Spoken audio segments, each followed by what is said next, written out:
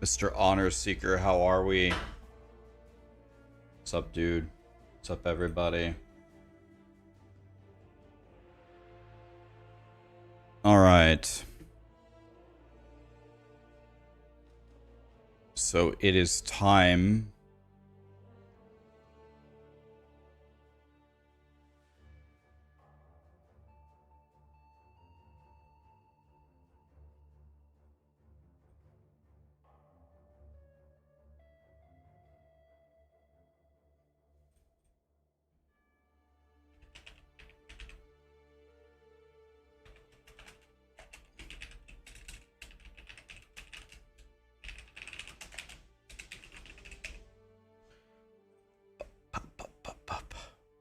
What's up, everybody?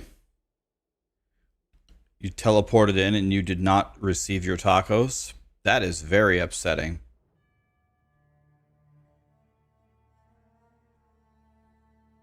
That is very upsetting.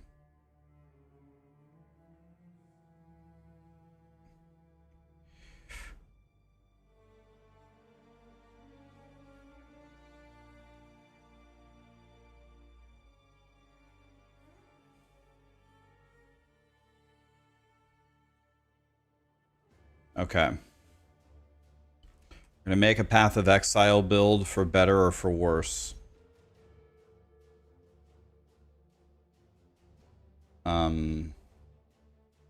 Okay, so here's the starting point.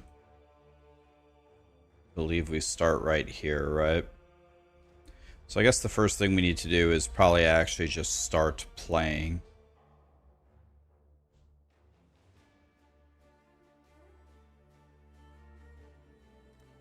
Let me create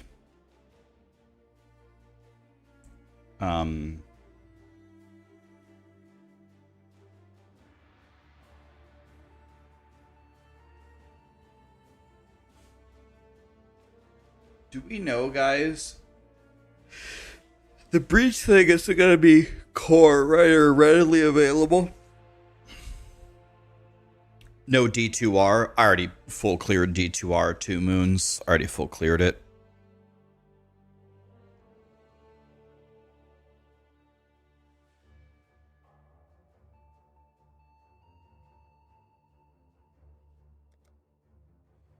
Okay, so let's see here.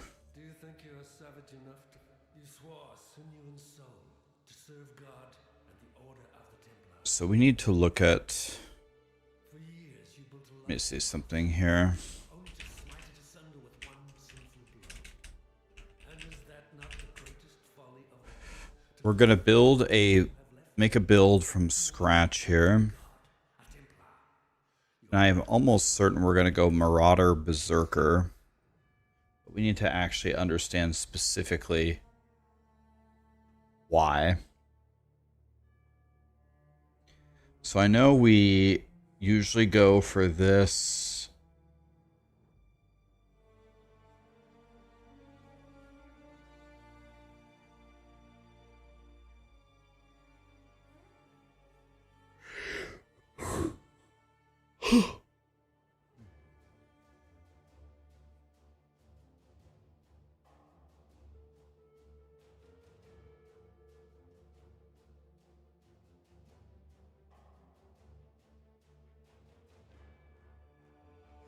I think we should probably play Earth Shatter and go Berserker. The thing for me, the most important thing for me, is to have the absolute highest quality of life, because the reason why I'm making this build is for beginners. I want to make this build for beginners. It's maybe not quite as good as Righteous Fire, but I know these Earth Shatter crying Berserkers have pretty much all of their war cries automated. And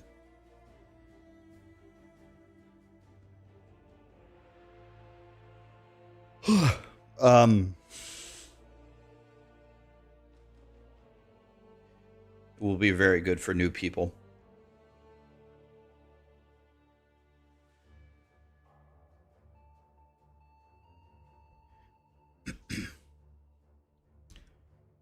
I haven't tried Nio 3. I've heard people say it's great. Maybe we can play that after we build this out.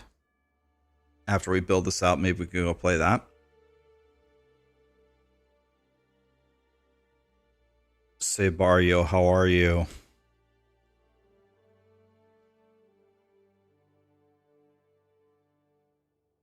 So this is obviously godly. Crave the Slaughter.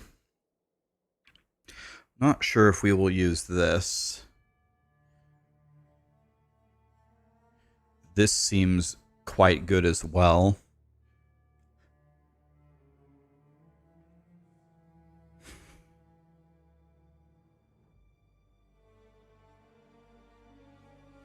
This seems very good for surviving.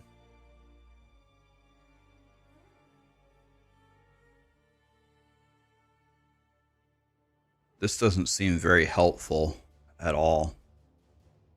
Because when you have good damage, when you click the node, they nerfed it from 10 to 5 in the passive tree. But when you get 5% of life leeches instant, isn't that enough? Why would you spend two ascendancy points to go over here? You don't take Defy Pain anymore? Oh, right, because we have bloodlines. Okay. Well, I'm only going to use 6 of them anyway. Because, well, I don't know. Again, this is just a leveling guide. Oh yeah, schizophrenia. Schizophrenia from the final boss of Simulacrum. Yeah.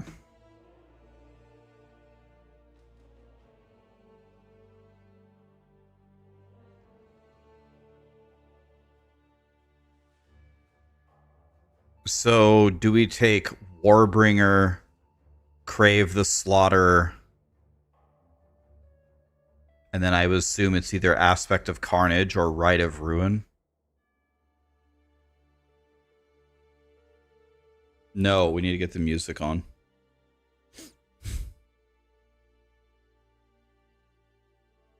Good point. Aspect of Carnage is bait. Okay.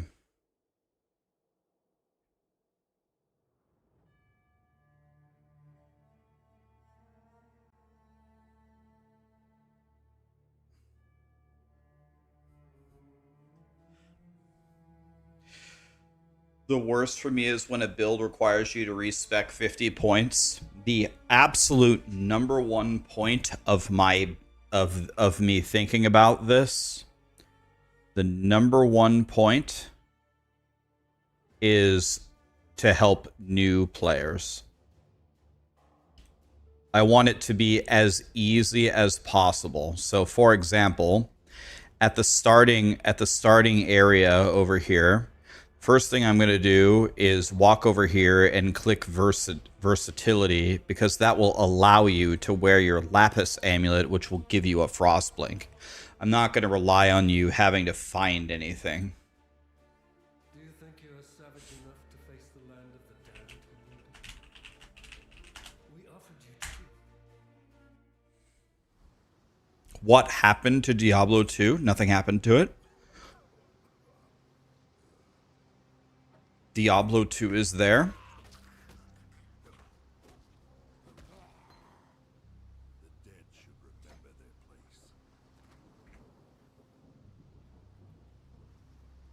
Why am I not playing it? I did play it. I played a Warlock all the way through Hell difficulty. I just played it. The reason why I'm not playing the latter is because I just played it. I just did a full all 3 difficulties playthrough.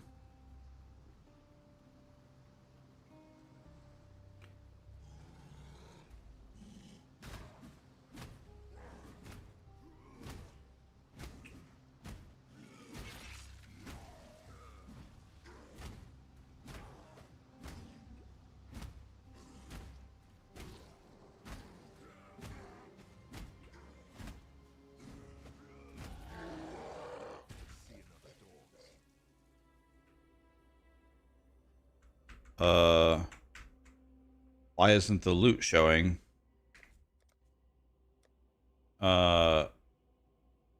Is it Z? What? Why don't I see the loot?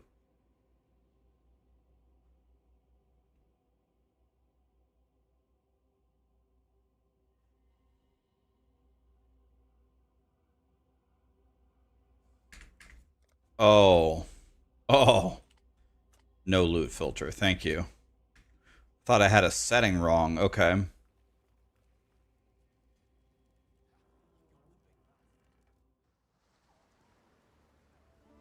Okay.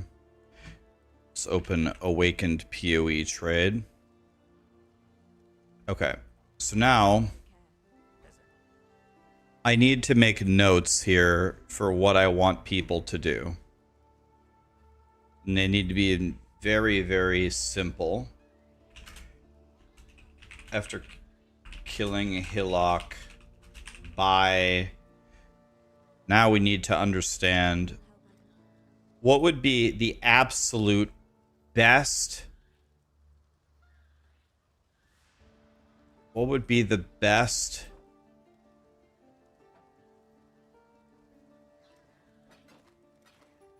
skill for them to use leveling up? See, I'm thinking about telling people to use Spectral Throw.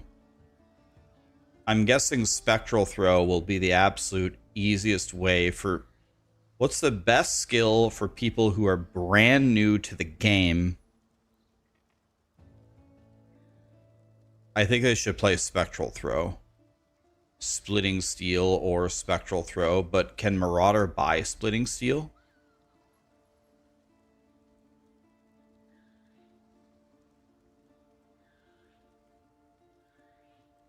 While we live, we are blessed.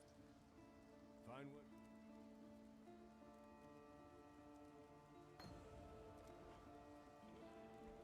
sharp out there. Shield Charge, Shield Crush. Yeah, but I don't know if... That's what I usually play. I play Shield Charge, but I don't think brand new players are going to play that well. I think I don't care about me. I care about what is a Jim Bob who has never played. I think they should play Splitting Steel because it's a ranged attack that covers all. When we put volley on it.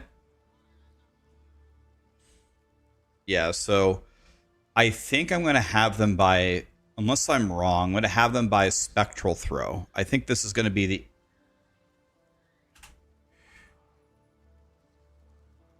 Can I insert a... Here, tooltip. Spectral Throw.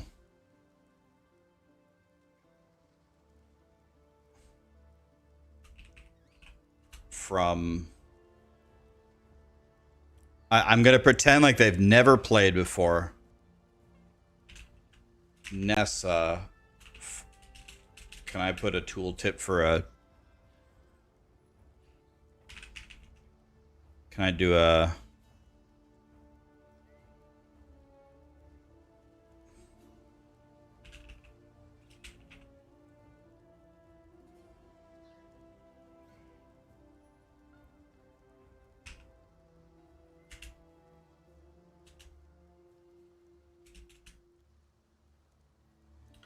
After Hillock, buy a Spectral Throw from Nessa.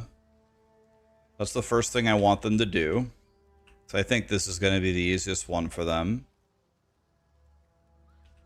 I'm going to assume they're going to have, like, no money at all.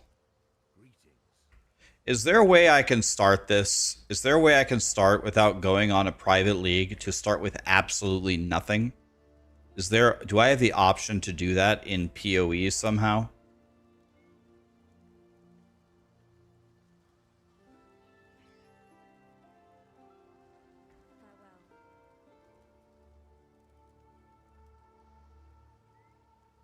Migrate everything from SSF.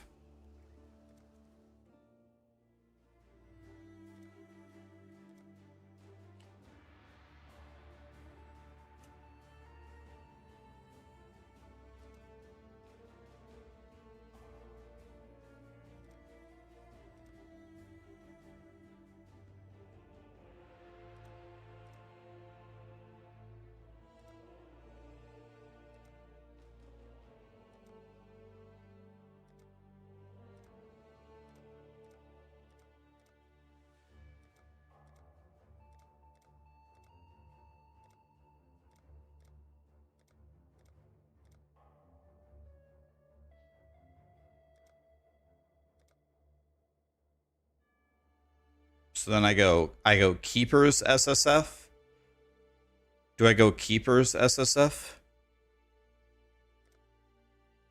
Do you think you are savage enough to face the land of the damned, Lord? We offered you truth. This works. I have 0 gold. Perfect.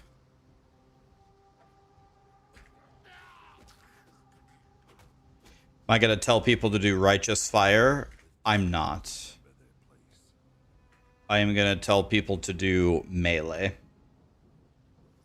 Because Melee in this game is super good, right?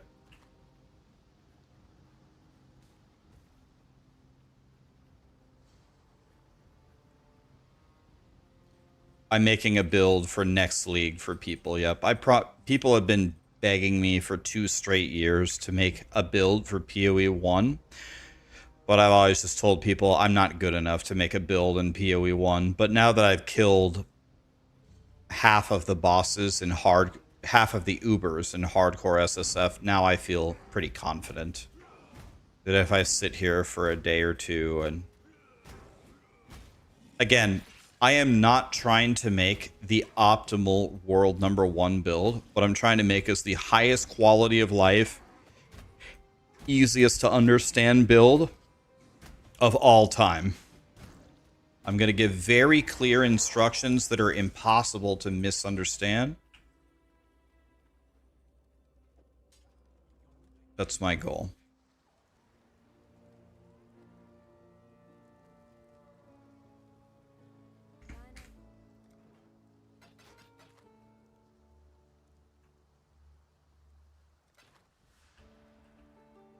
I didn't mean to sell that. Oh well, it's fine. So then I'm going to have them buy Splitting Steel, or excuse me, Spectral Throw is what I meant to say. And then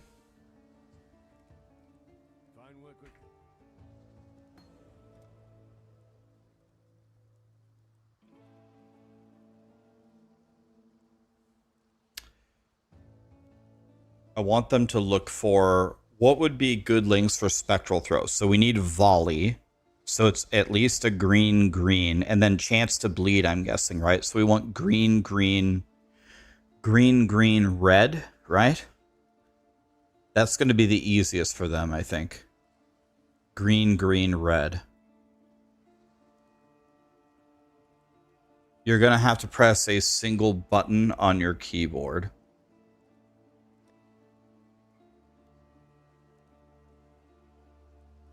So we need to make a regular expression that looks for this stuff. So do we go, let's see, we go POE.re. So if we're looking for items,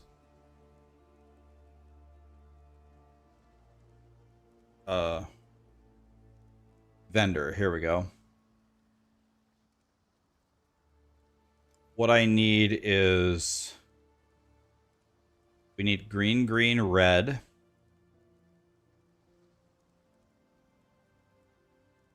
And then we need movement speed.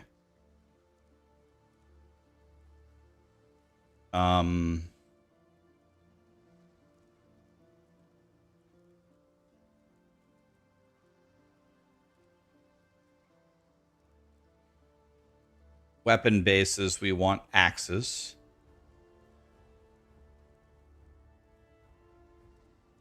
So something like this.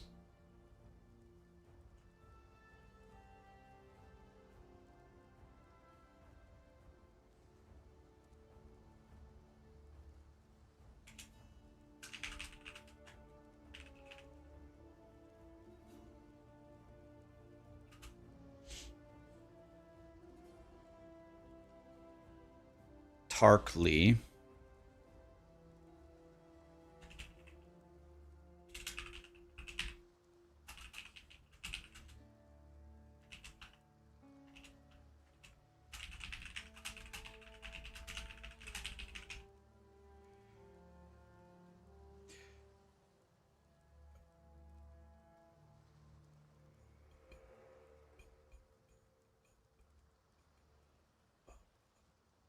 When I'm done with this, this guide is going to be so clean. It's going to be beautiful.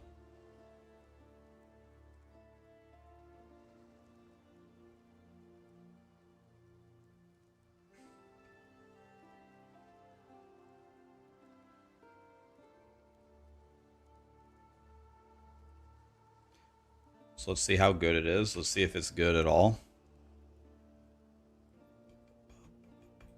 Still alive.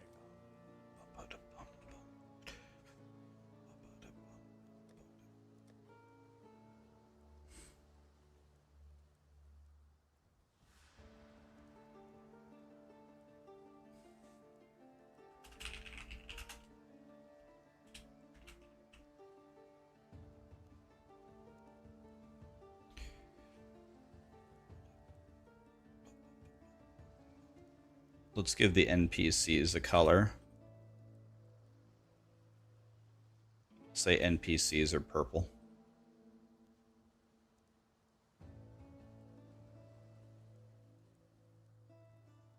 Okay. So I am not going to go into this level of detail at any moment in this game other than in Act 1.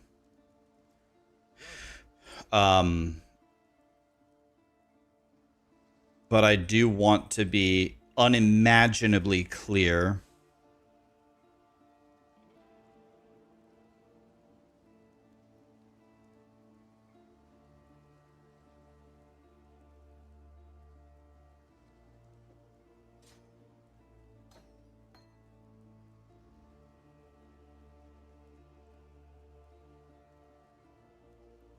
Yes?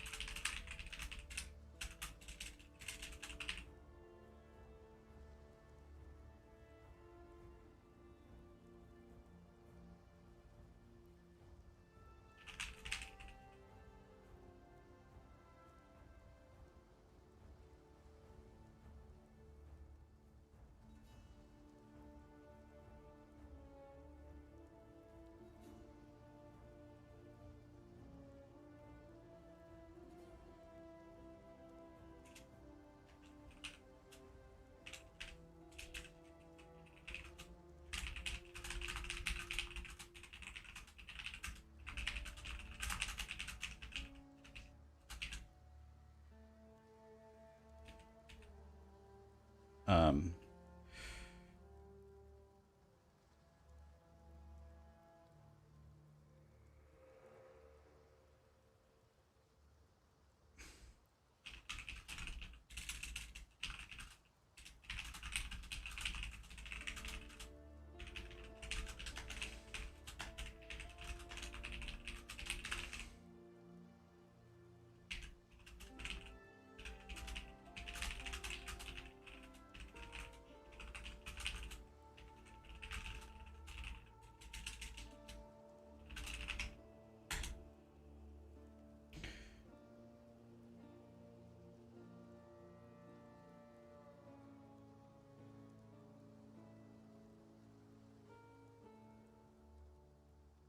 let's just put it here. We don't need too many steps.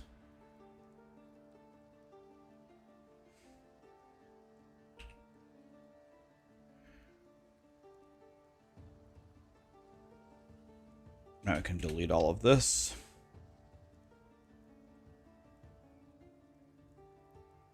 So we put it on, we left click it, always attack without moving. Again, I'm assuming that the people that are going to be watching this guide have never played before. They have no effing clue what's going on. So we need to get to this as fast as possible. So I guess we go for the melee damage. Certainly Spectral Throw counts as a melee skill, right? It's an attack and it's a projectile. Does Spectral Throw benefit from the melee thing? It doesn't have the tag. So... But we need to take this anyway, right? We need to go this route anyway because we're going to need it for Sunder, right? Exactly what Rev just said. We'd take it anyway for Sunder. Okay. So that's unfortunate. So now we have a ranged attack. This should be good for all the Jim Bobs out there. So we have a gun.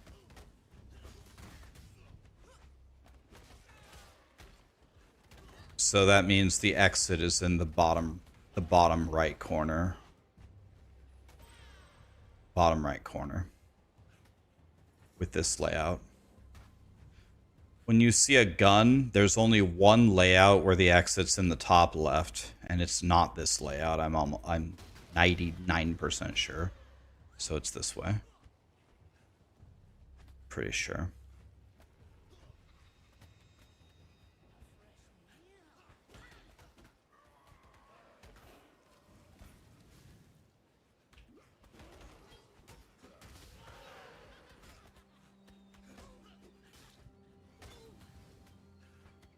Okay.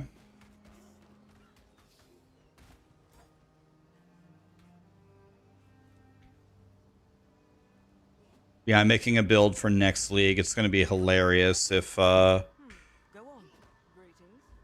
Grinding Gear Games nerfs it. Yep, give me the graft. Give me the graft. Yep, I got it. Good. You survived the melding. Now test your new self. Wield the flame against that wall. You buy the dream. Yeah, I understand. You did it. Okay, here we go. Mudflats time. This is as shitty of gear as people are ever gonna have. I don't have any iron rings. I don't have a chain belt. I don't have a good weapon. I have absolutely nothing right now.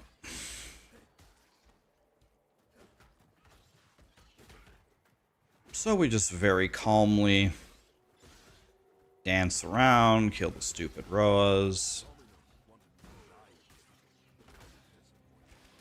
Take that.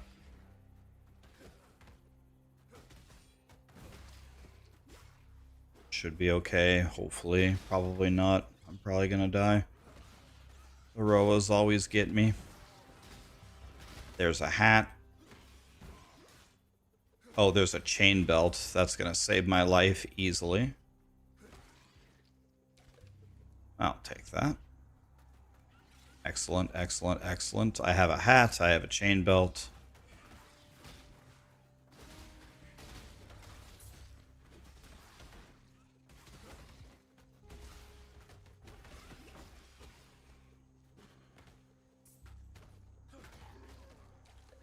Okay.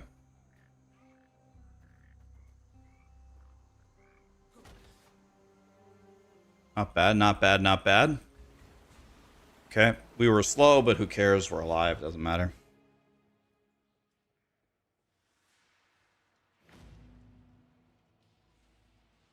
So, let's go back to our...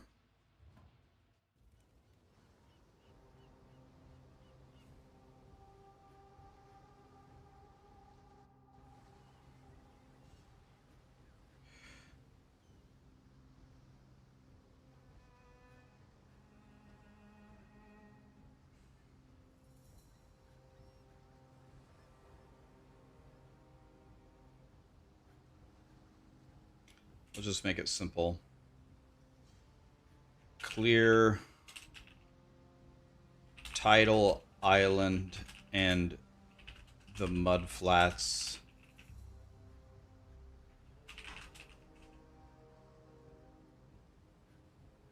But then select blah and blah as your rewards. buy Frost Blink from Nessa, something like that. We also have to tell him at some point to look for a Lapis amulet. So what's this thing called? Tidal Island. Where do you put that regex? Where do you use the regex? At the vendors? Is that what you mean? You paste it into chat with the vendors? Maybe I should explain that.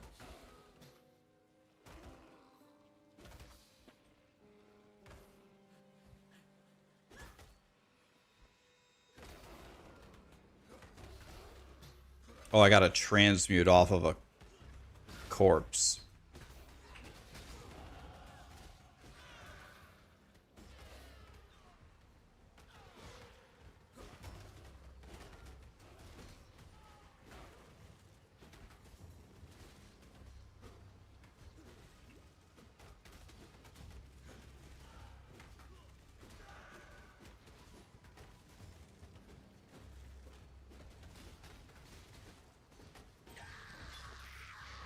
Okay, easy win.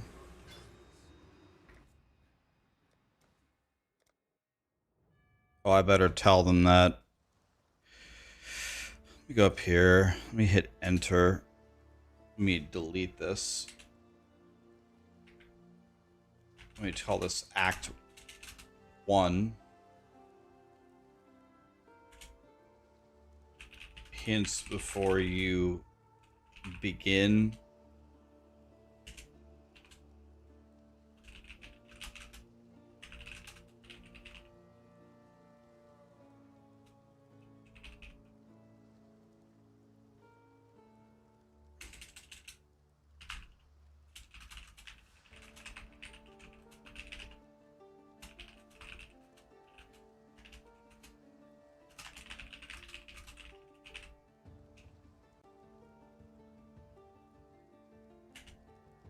Pick up every currency item. They're all valuable.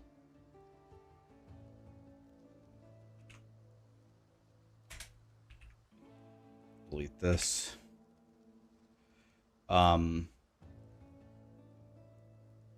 If you finish a quest, instead of using a portal scroll to go back to town, log out, then immediately log back in.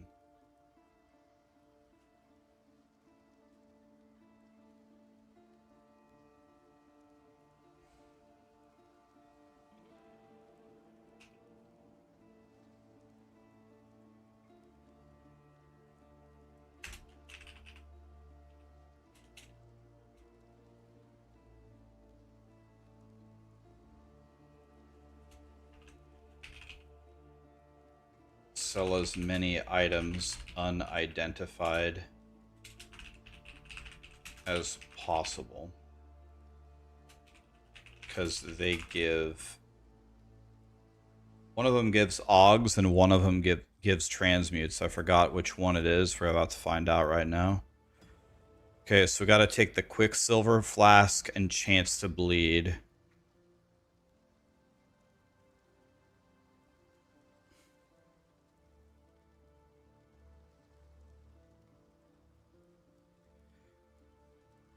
The Quicksilver Flask and Chance to Bleed as your rewards.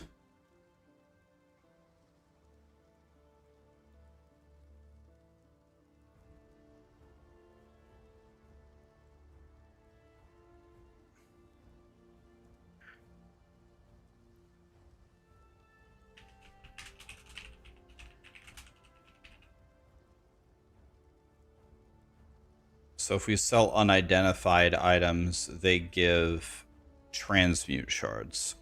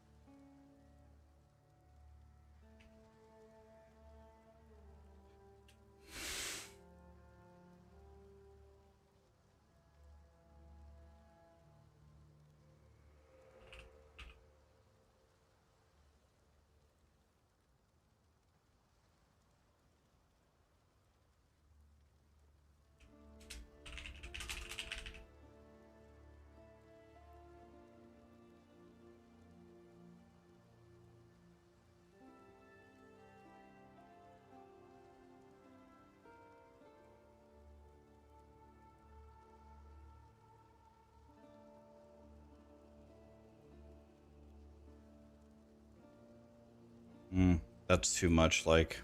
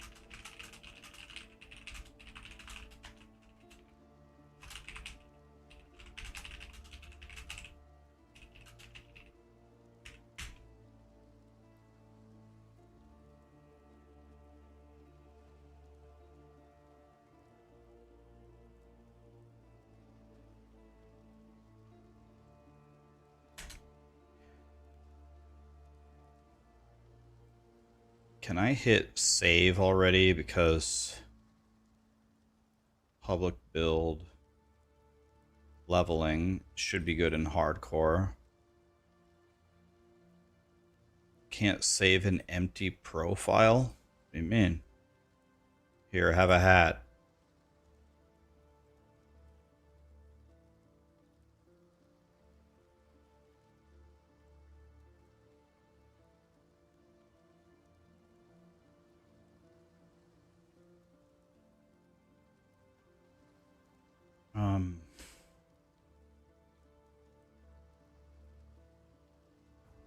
You don't have any skills.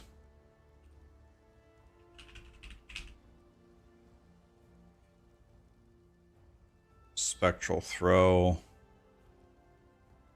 How can I save it? Cannot. Okay, I don't care about whether I can. There we go.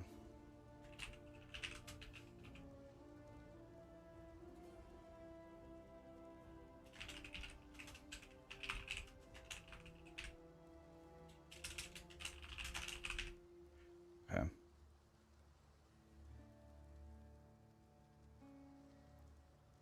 Okay, guys, it has begun.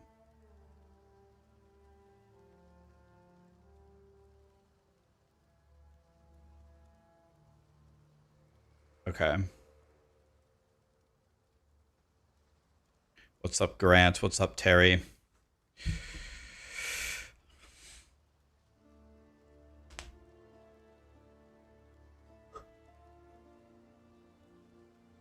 All right. Actually, I think by far the most amount of work that's going to go into this build guide is in Act 1. Because once you get out of Act 1, if you get Act 1 correct, then you're already essentially mapping out of Act 1, right? You have Leap Slam. You have Leap Slam and you have Sunder out of Act 1, so it's already over if you do Act 1 correctly.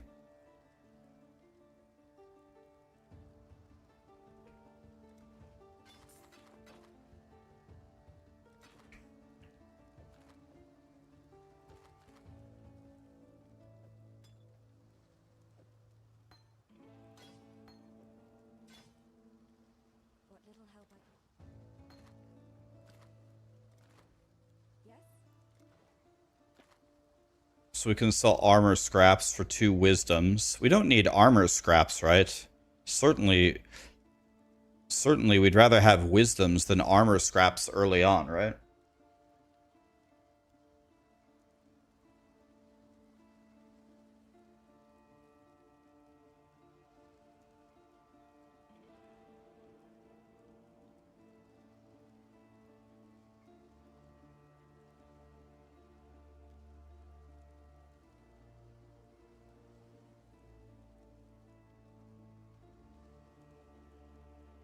See, that's what I usually play. I usually play shield charge, but the thing that I'm making this build guide for is people that have never played the game.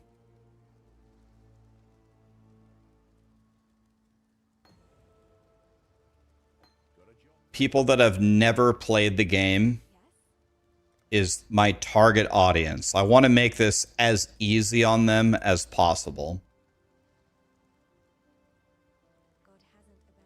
So I think chance to bleed on shield charge is a better option. For anybody with some experience, but I think a ranged spectral throw is better for brand new players. I think decoy totem might be really good. Might be really good for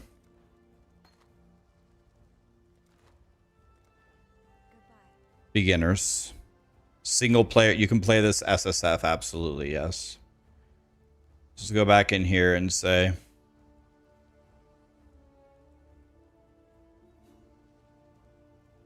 let's go Quicksilver, chance to bleed, and decoy totem.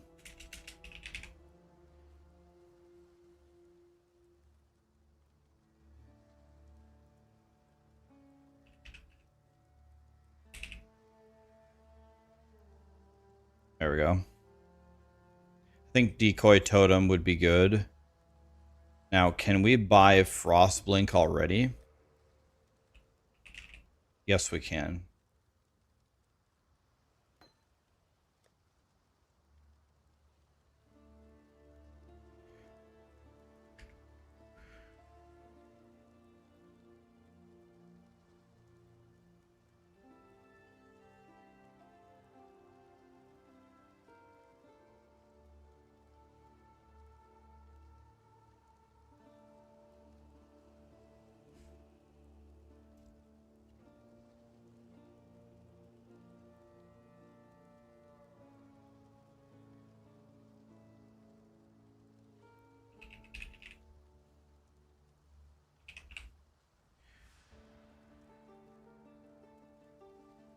Oops.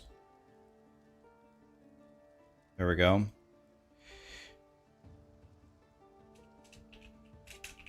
You won't have the... You likely won't have the intelligence to wear Frostblink yet, but will solve that soon.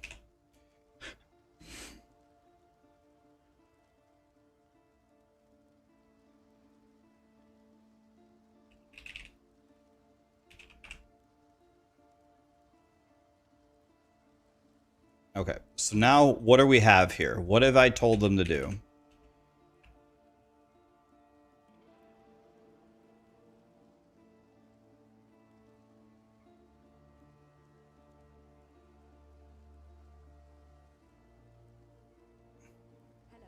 Do iron rings... Yeah, iron rings do work because it's labeled as an attack. Okay, so... So let's see. At this point, your links should be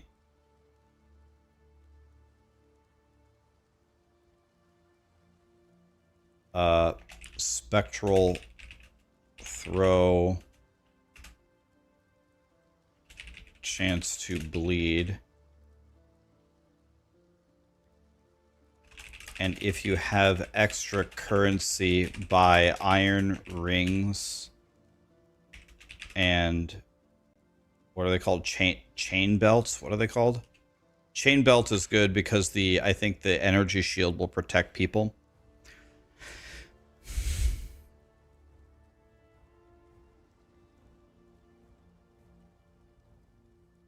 Hi, Jubo. Thank you, buddy. Guys, guys, I'm not ignoring anybody. I'm just trying to read chat and play and write a guide at the same time. But yeah, I played through the whole thing. I played through Hell, Nightmare, and Normal on Warlock. It was good. Yeah, there's a POE1 season coming, and people have been asking me, like, there's a lot of great POE1 build creators, a million times better than me. I've never made a build, so I'm not even on the list. But I think a lot of people like the way that I explain things, because I will assume that you know absolutely nothing. I will literally spell it out for you as if you are brand new or just a giga dumbass or something. So what I want people to do is I want them to be able to follow this guide and succeed in the game. And if they can do that, then they can go watch a guide from a bigger Giga Chad than me and actually become good at the game. But I'm going to try to get brand new players to get their 4 Void Stones in their first league. That's my goal. If they can kill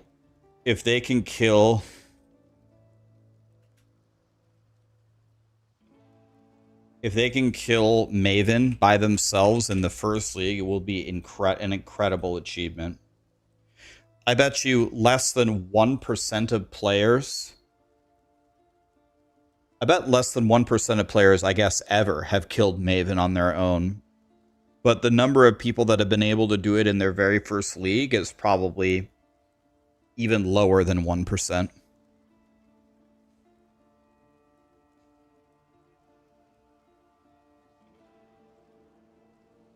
Yeah, Rustic Sash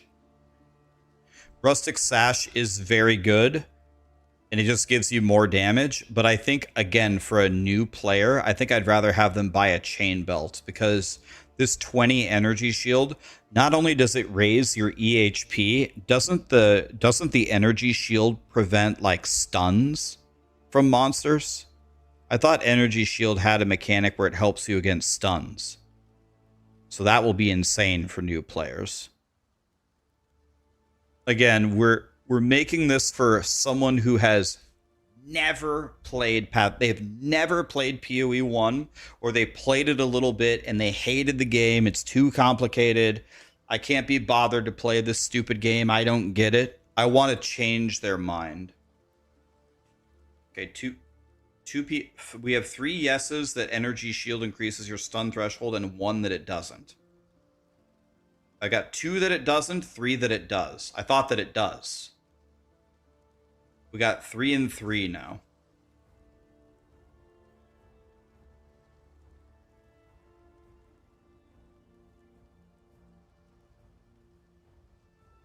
It doesn't, because I thought I read in like hardcore gauntlet guides that if you have a chain belt on in the mud flats, then the Roas can't stun you as easily. And I always take a chain belt into the mud flats so I don't get stunned. It's explained on the wiki. Okay, people are spamming. Yes, it does. It says so in the wiki. I'm almost certain that the hardcore gauntlet players, they tell you to take a chain belt for the Roas.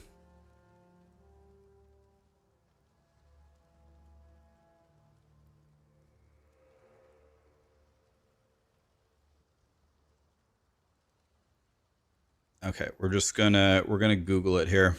Okay, nobody agrees, so we're just gonna figure it out.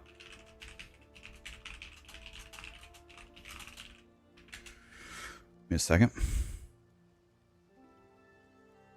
Yes, energy shield does help with stuns in PoE1. If you have any value of energy shield, it gives you a 50% base chance to ignore stuns, and this is calculated after the initial stun check. It's a significant defensive advantage. The chance is not additive with gear or passive skill stun chance. So even a single point of energy shield gives you a 50% chance to ignore stuns.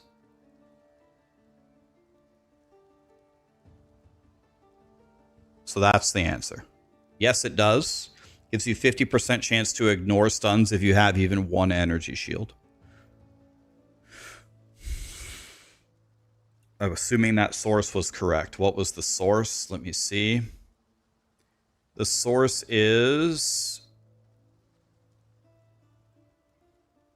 It doesn't tell me. It's an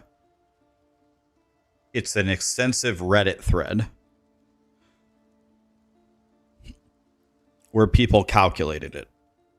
So take that for what it's worth. But anyway, every gauntlet, I usually survive. Like, I'm not good. I don't ever do well. Actually, last time I got, like, until I stopped playing, I was in, like, 9th place or something. So I did pretty good last time. I was in, like, 9th place. Anyway, I usually always survive in the mud flats because I buy this chain belt. So I think the chain belt is...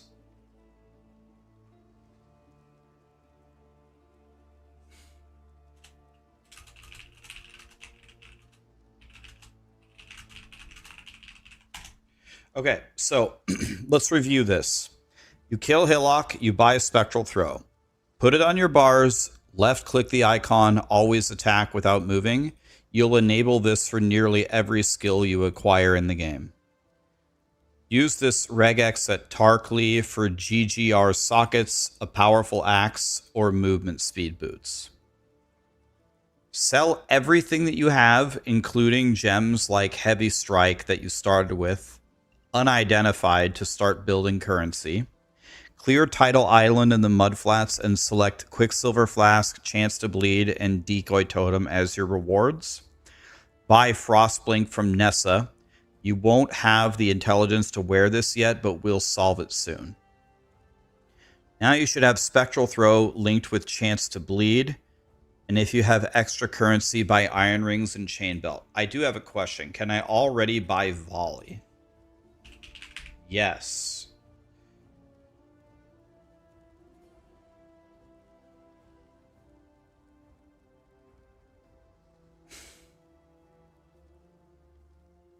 By Volley and Frostblink. See, I can't make mistakes like this.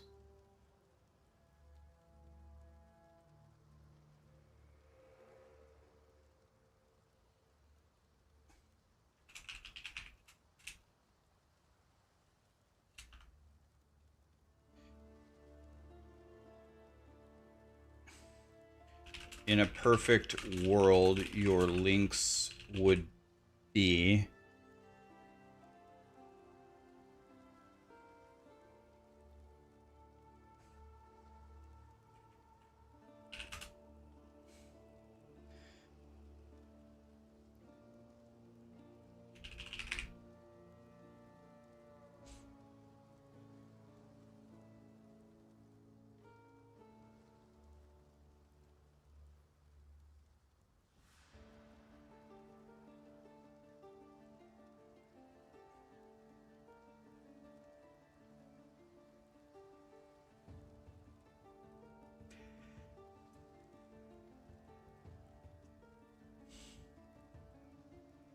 so my skills will be, let's edit this, call it Act 1.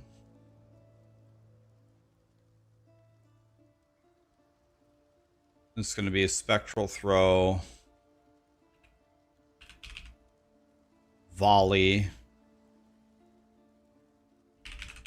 Chance to Bleed.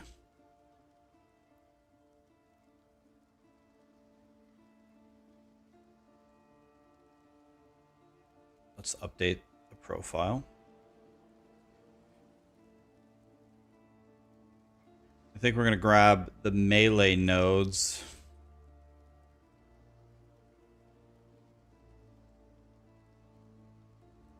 That's how we're going to start so we can wear our Frostblink gem.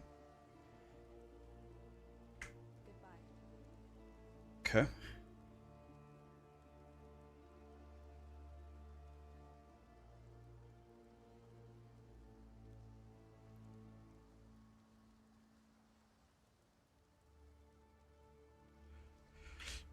Right, but isn't that going to be different, Einstein? Because isn't there a difference between just a regular Jim Bob having energy shield and someone having CI?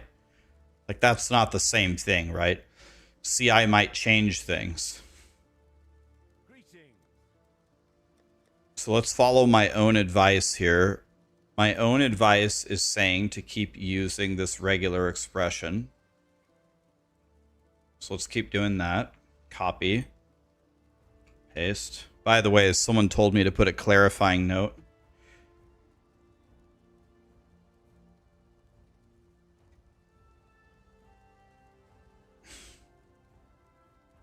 Paste this regular expression in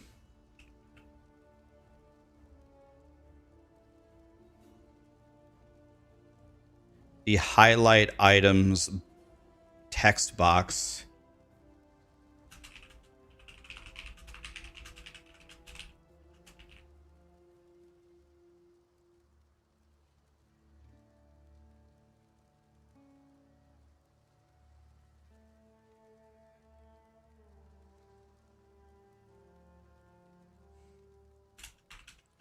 If I don't specifically tell you to take a certain quest reward, take anything and sell it.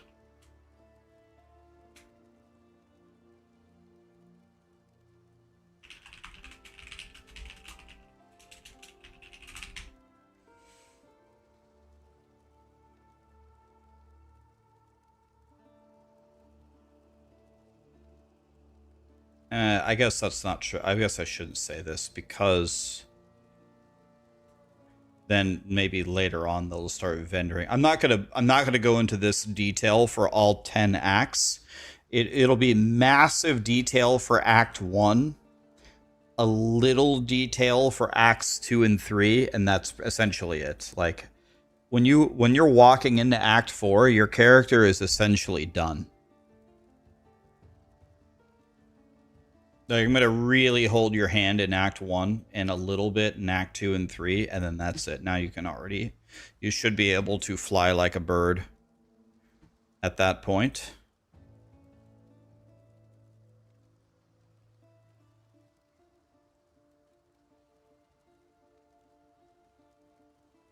Check something here. My guild says double check to make sure that you're on the roster.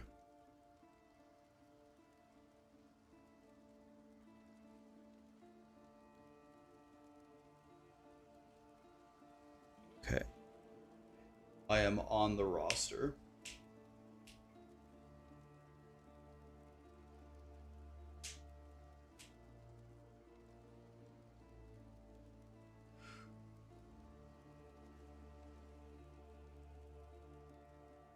All right.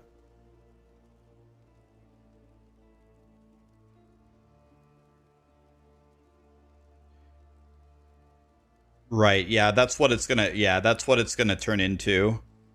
At a certain time, it's gonna turn into just upgrade your gear with more life and stuff and, you know, whatever. So, oh, I'd have another hint for people.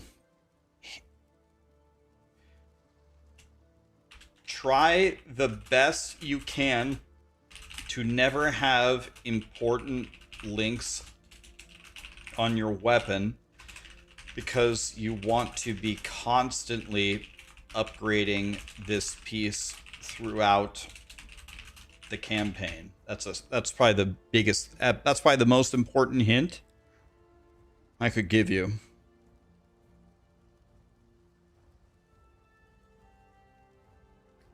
Let's see. How much does it cost me to gamble for an axe? How expensive is it? Oh, Oh, this is completely ruined. This is completely ruined. This is giving me endgame prices. Okay, whatever. I'll just take this axe. It's fine.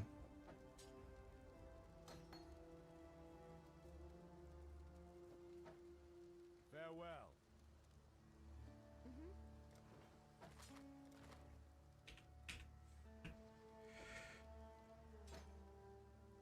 Okay, so I think this is correct for now. I wish I had a green socket.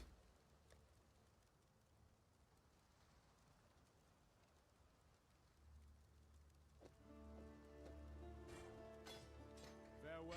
So I'm going to go like that, and then I'm going to buy volley.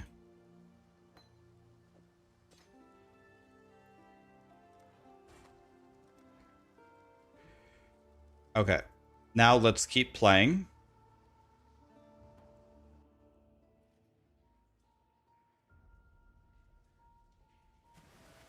Oh, I just thought of another hint that I need to... Just thought of another hint I need to give the people.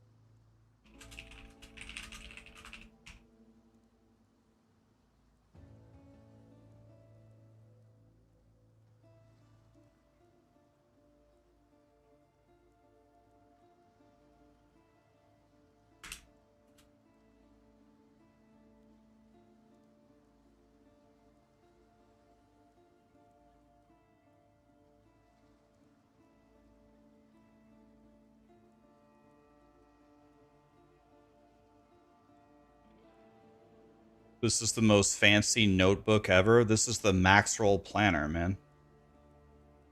This is the Max Roll Planner.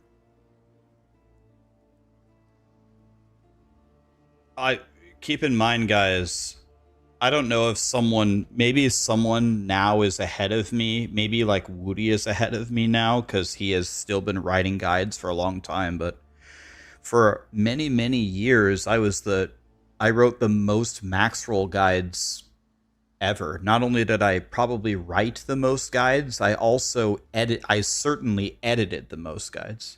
I used to do this for hours and hours and hours every single day for many, many years. This is what I did. I made guides for you guys for years and years and years and years and years. If you sit here and you put in the effort and you use the tooltips and you use color coding and you use the outlines and you double check it, triple check it, try it in game, think about all the questions that people have asked you and this and that and this and that. If you put hours and hours and hours and effort into it, by the end of it, you'll have this beautiful, beautiful little guide that just tells you what to do. Do I mean D3 guides? Do you think I only wrote D3 guides? Bro, I don't think you have any idea how many guides I've written, man. I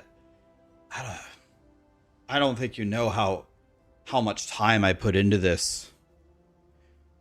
No, not just D3 guides. You want to see the guide that took us the longest to make by far? And nothing's even close. You want to see the guide if it's still up? I'm sure it is. I'll show you. Where is Diablo 3? I'll show you the guide. This better save or I'm gonna punt a kitty. I'll show you the guide that took us the longest to make. It is, let me see here. This is the most effort put into a guide maybe ever on any branch.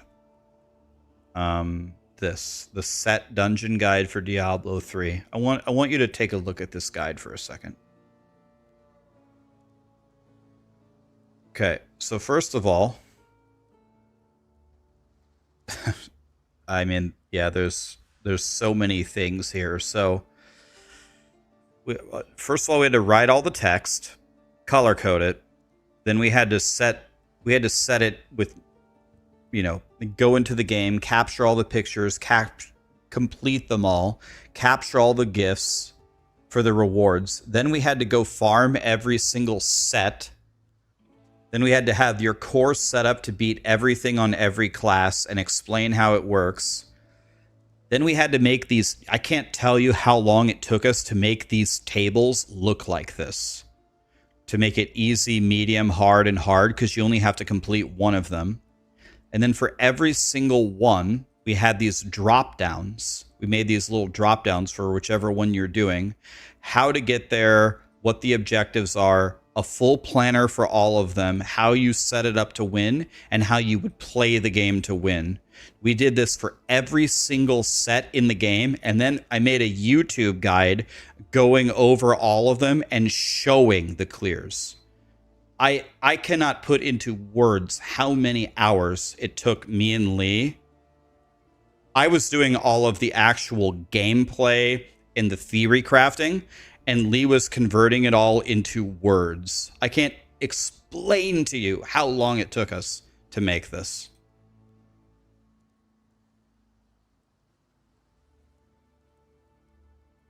And now we have this. This has got to be the most beautiful. This has got to be the most beautiful guide ever made on Maxwell, in my opinion. I mean, it actually just, I'm wiping away the tears from my eyes at how beautiful it is.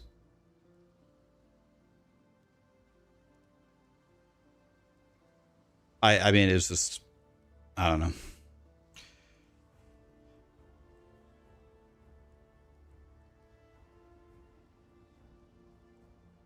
It took forever to make it. I wonder who made the challenge rift guide.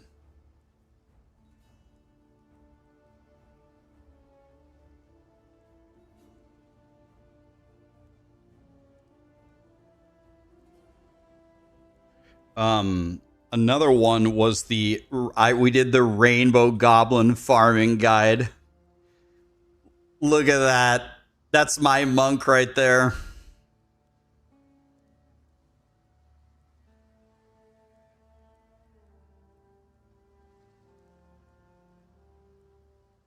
The not so beautiful.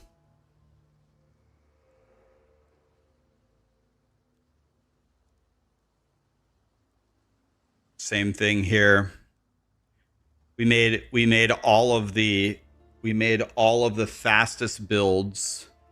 I made a planner for the fastest possible build for each one, but the fastest is the Raiment Monk unless it's changed. Wait. I thought Justice.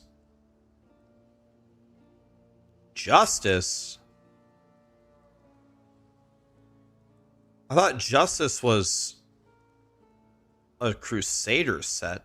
Don't you use Raiment? Don't you use...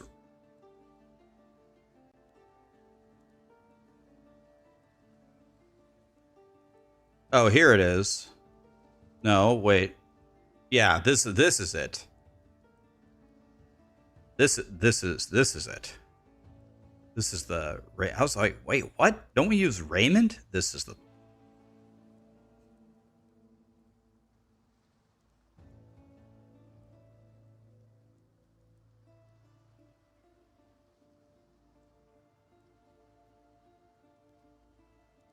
And then the other one that took forever was the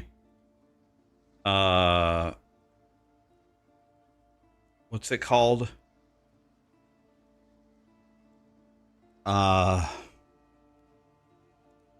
Altar of Rights. This one?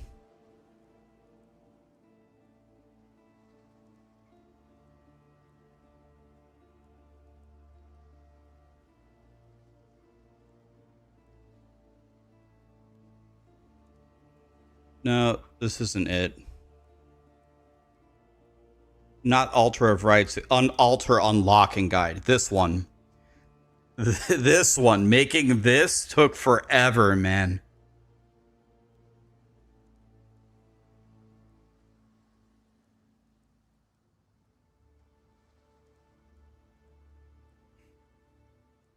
The fastest way to complete the Altar of Rights. I wrote this entire thing. Good times, man. Then we made this.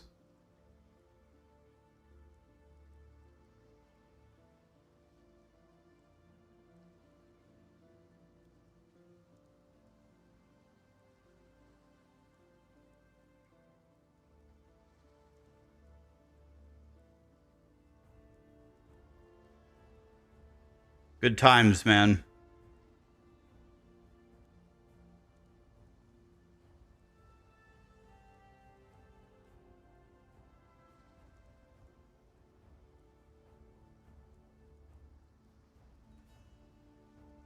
Good times, good times. Rax, I'm looking at Archon and POE2, and it seems enticing, but I can't tell if it's bait. I was also an Archon player of Wizard in D3. So Archon is the nodes in like the top middle of the sorcerer tree, right? You become an Archon of power, and I was kind of looking at those, but I don't think I ever actually ended up using them in any builds. You watch my channel since the beginning, still love D3?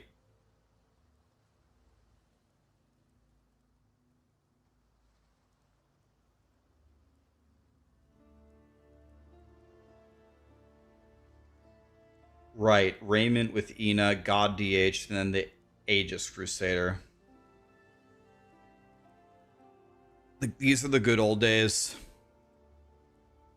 Arbiter's Ignition gives you Archon if you ignite an enemy. That seems very easy to do.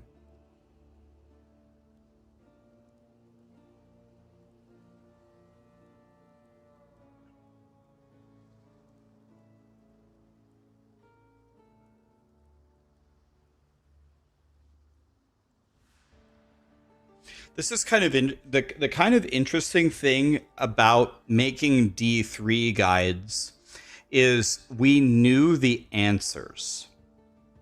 Like we're not guessing here. There's no guessing.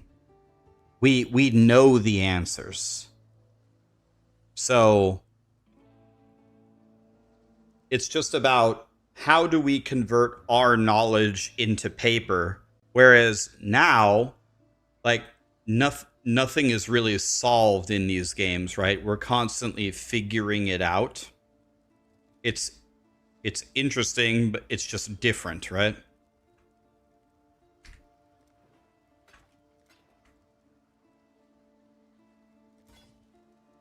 It's just a different...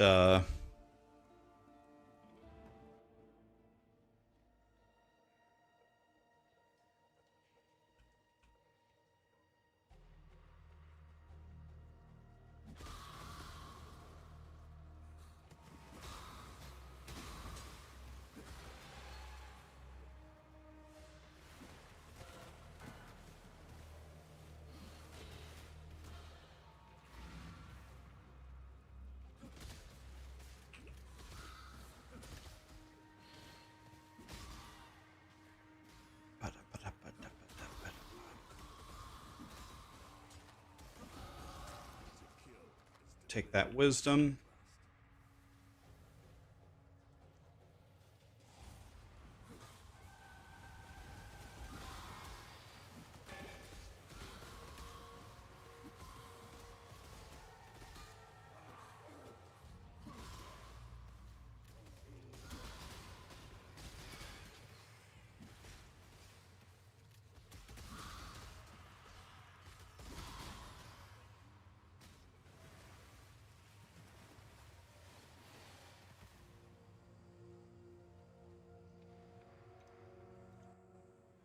Yeah, I think I'm going to make a slammer. I think other than Righteous Fire, I think this is the best possible build that people could play to learn the game. Like, that's has been the main point of my channel, is helping the average Jim Bob go from Jim Bob status to an actual player of the game. That's really been the point of my channel.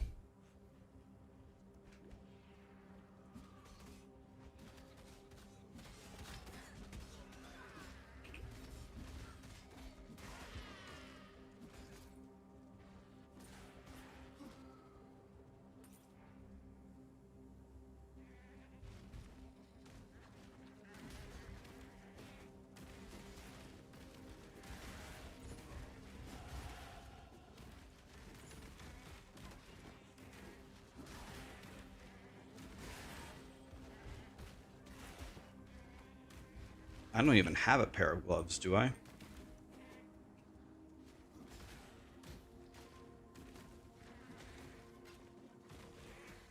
Okay, so we're just chilling. We're not gonna set any speed world records here. Oh, might not. I'm dead here. I'm dead. They completely surrounded me. I actually, like, never die here. That's crazy that I died. That's actually crazy. I never die. Yeah, I got goated, literally. I should have dropped my decoy totem. Actually, I forgot that I had it, actually. Should have just dropped the decoy totem. That might have saved my life. It's okay. We're not trying to actually play well here. We're trying to make a guide. It is good to see that... Wow. Holy shit. What did these guys have for breakfast?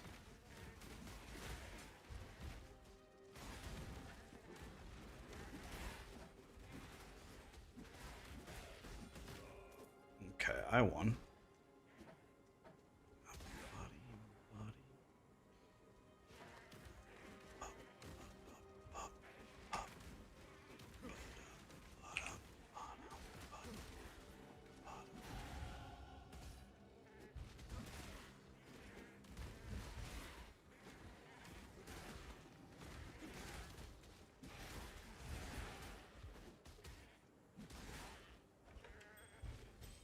Take a ring? I don't even think I have a ring.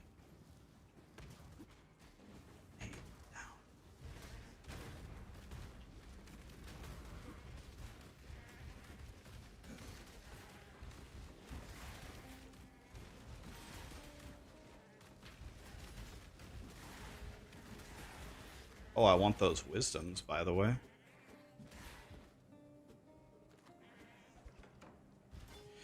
I will take that shield as well.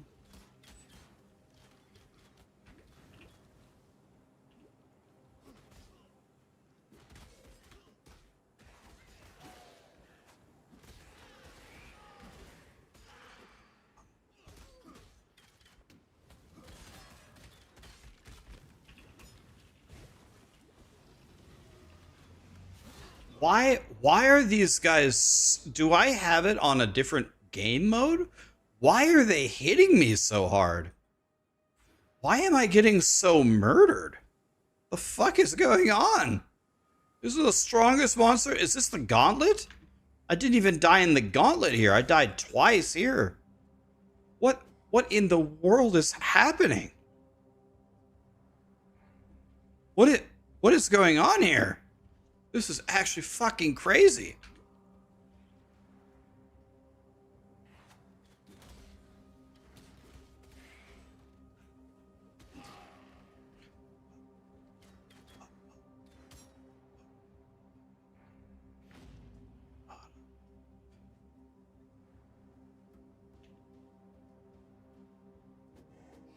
You swear grinding gear games ups the monsters as the league goes on? Yeah, I don't think that's actually true, but it certainly feels like it. Like, how big of a trash can... I mean, I even have a chain belt on.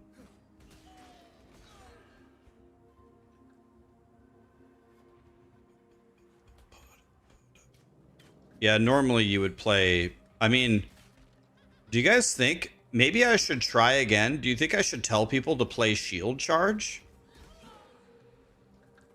Maybe they would actually like Shield Charge more. The problem with Shield Charge is, doesn't it do 0 damage on the bosses?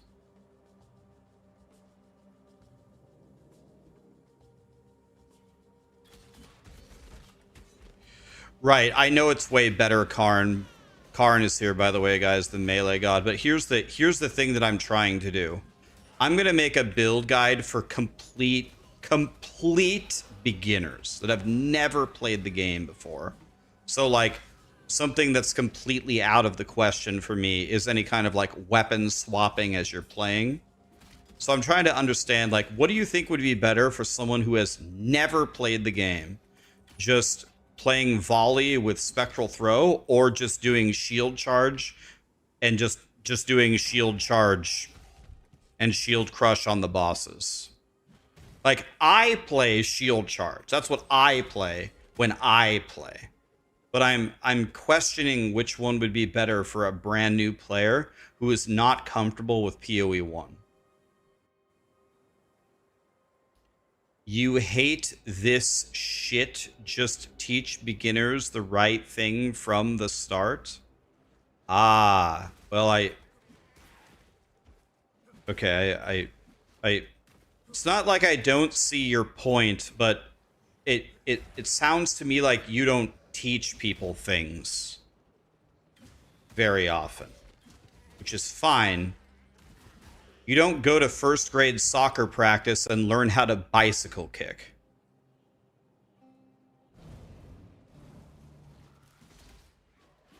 We need people to play the game and feel comfortable playing the game. And then, oh wait, wait, that was interesting. If you bring them to the edge, they disappear and die? Did I get XP for that?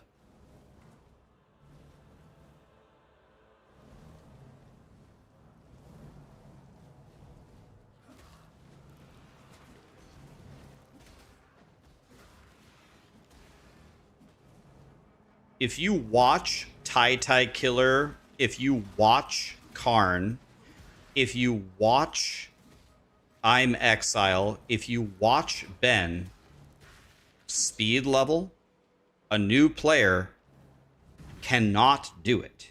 Even if you give them a guide that explains word for word what they are doing, they can't do it. They don't have the muscle memory. They don't have the familiarity. 99% of the time, they don't have the skill. There is a huge difference between something that's good for a new player and something that is best in slot.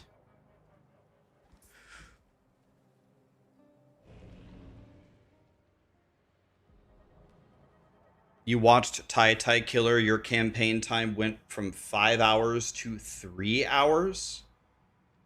Are you saying that you can do a fresh start?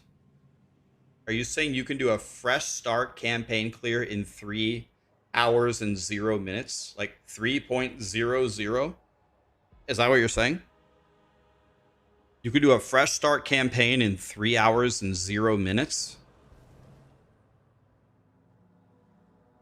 That would, if that's true, that would definitely make you... Oh, you were kidding. Oh, I would... Oh, if you were being serious, I'm like, that would make you one of the fastest levelers in the entire game. No, it's okay. No, it's fine. I was just wondering. I was like, can you actually do that? I haven't tried a lot. I haven't tried speed leveling a lot. And the best time I've ever had is 3 hours and 48 minutes. But the difference between 3 hours and 48 minutes and 3 hours is, that's an unimaginable skill gap. To cut 48 minutes off of that time So if you could actually do it in 3 hours and 0 minutes, you just absolutely destroy me.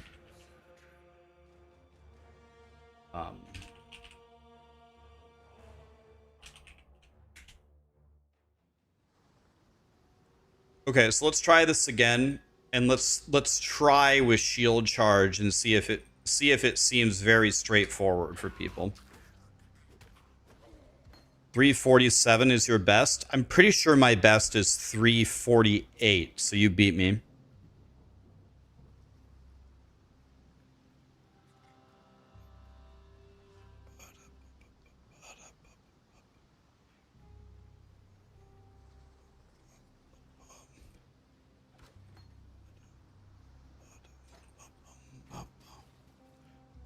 All right, let's see.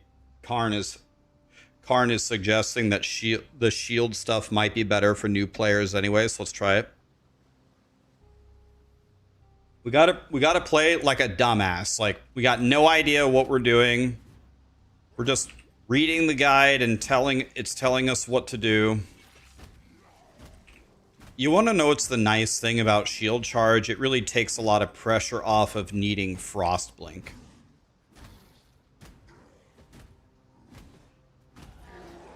Shield charge is definitely a lot more fun. That's one reason to do shield charge. You're kidding? Your best is 8 hours. Okay,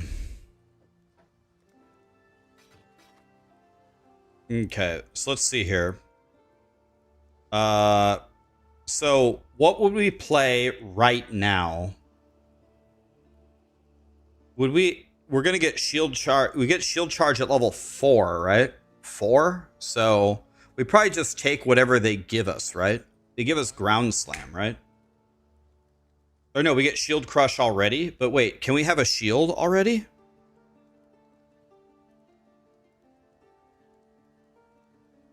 Swipe your shield. It does area damage in 3 waves.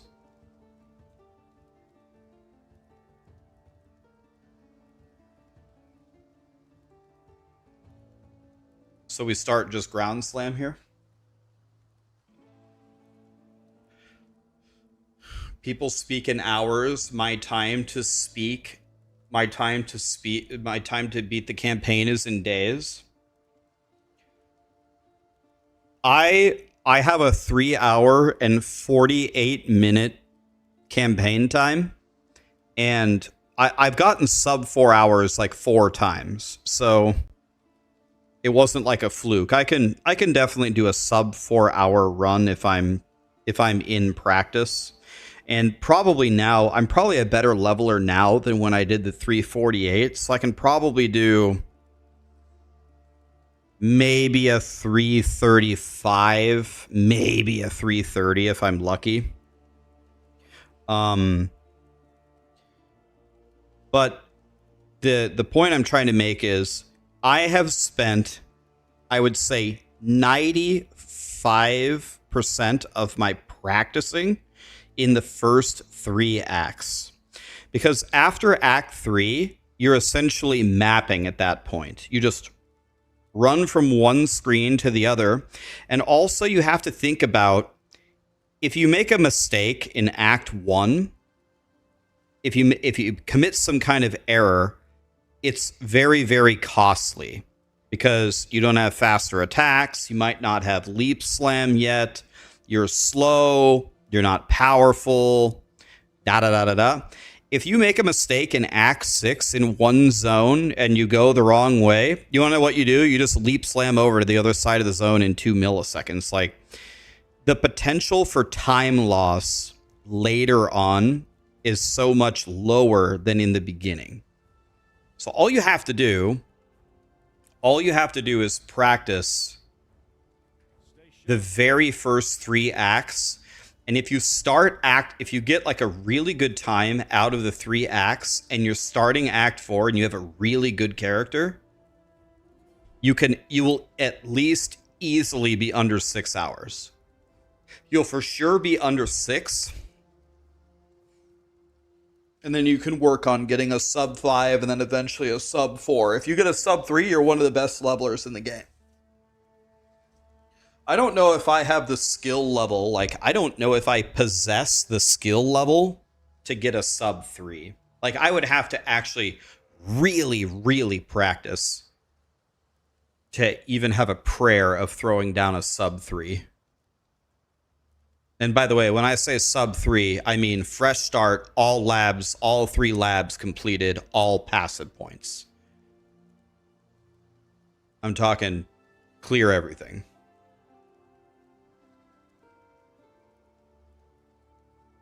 What's a good time for Act 3?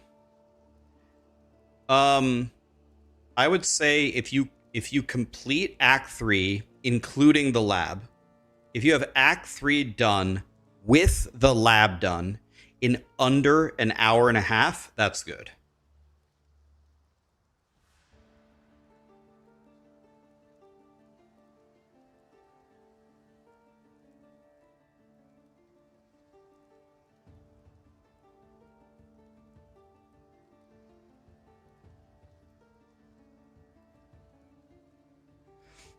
Okay, so here,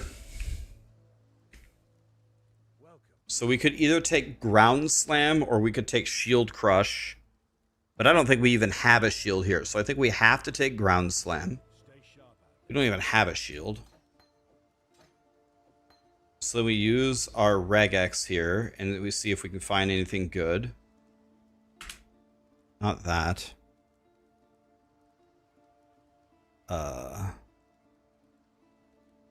Where, oh, POE1 planner.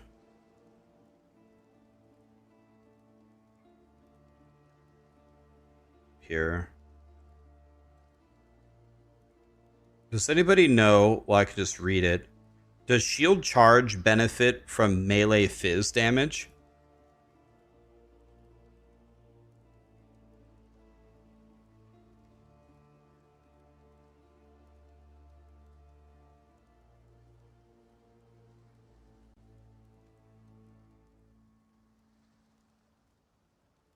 Okay. So where's my...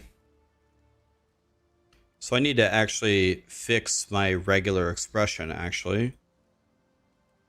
So now I need to include shields, right?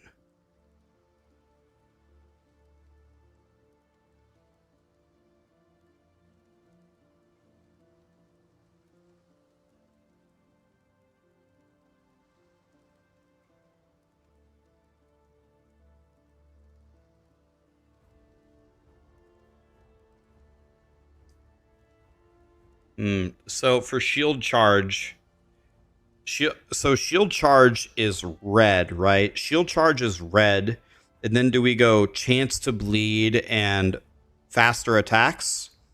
Shield charge, faster attacks, and chance to bleed. Is that what we're going for?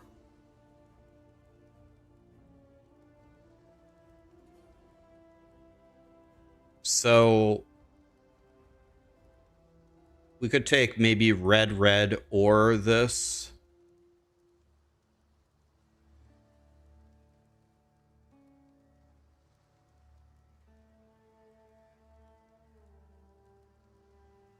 Maybe anything with physical damage on it. Could be good. All right, let's try this and see how it works. Let's see if it's good or if it's garbage.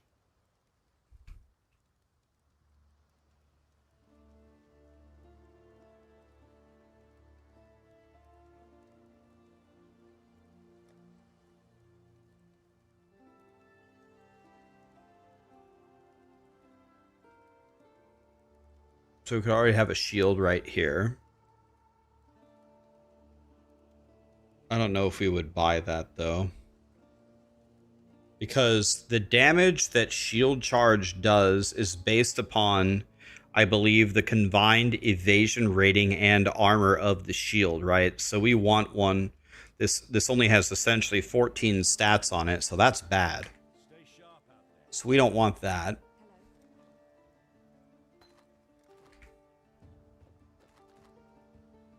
So I'm going to buy a chain belt so I can live.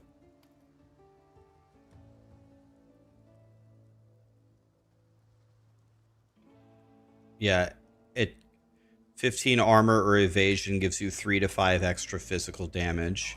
Let me read the tags on this. It's called...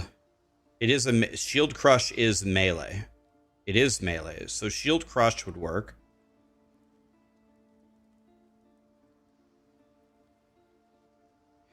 Ideally, you would go Goat Hide into Corroded. If the Corroded isn't 45 armor, then Pine Buckler.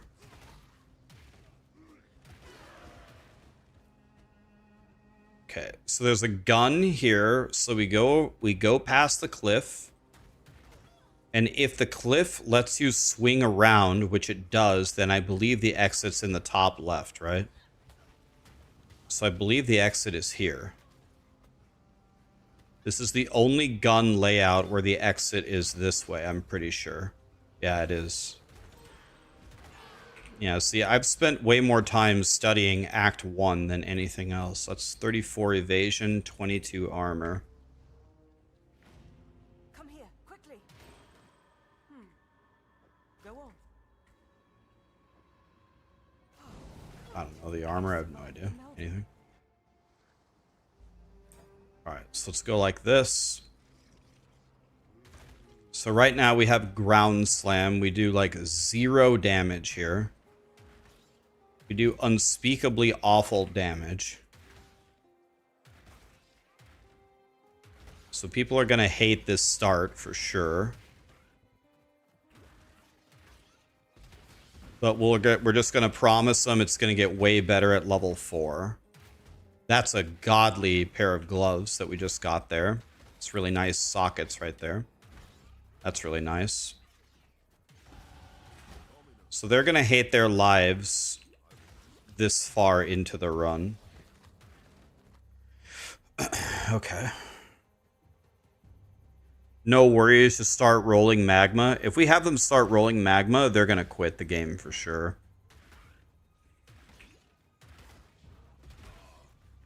They're going to quit 100%.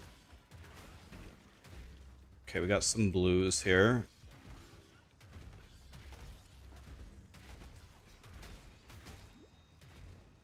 We're trying to get him to play the game, not quit the game.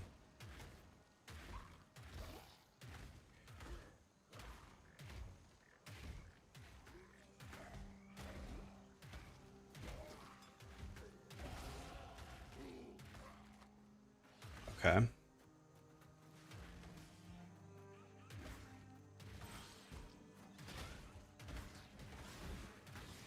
Yeah, I think we're going to have to try to buy... I think we're going to... God, should I have new players' mule here so we can get an iron ring? Bro, if they have an iron ring, it's going to be so much better. I need that, really need that shrine down there. Give it the shrine. Now we can just chill.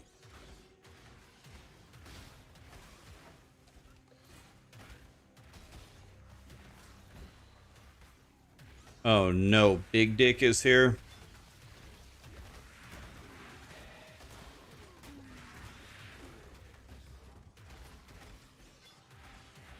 We go Stone Axe here, right? Every time, but I don't have the...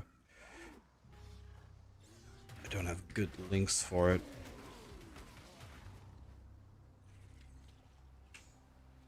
I'm giga over leveled right now.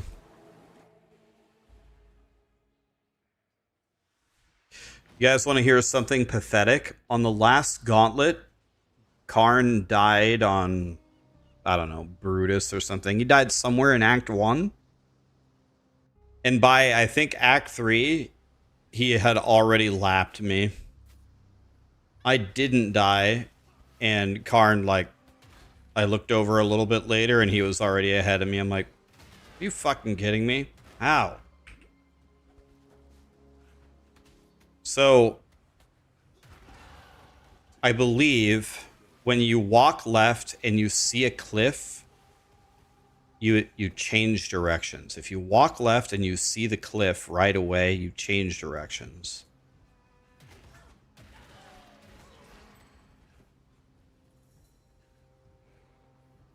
Let's see if that's correct or not. Yeah, it matters how long the wall is on the cliff, but I can't remember if you turn around, if it's a short wall or a long wall. I can't. Okay, so this was correct. So turning around was correct there.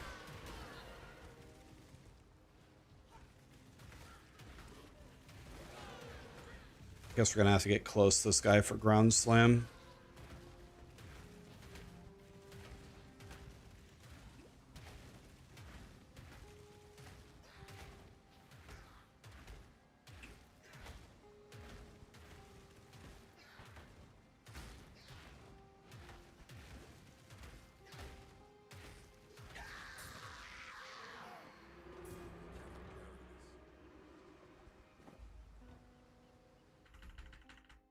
There was an iron ring back there. Oh, I'm crying. I need to make a good,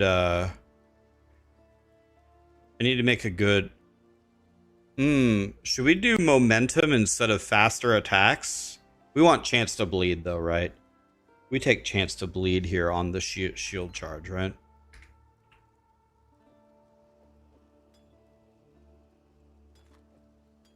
We take chance to bleed him.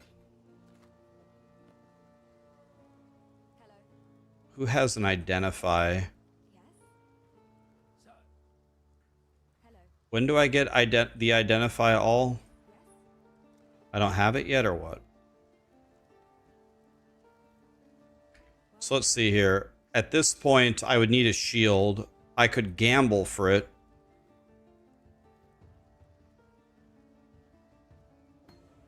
Here we go. I got shield charge. Nice. So now I need a shield of some kind.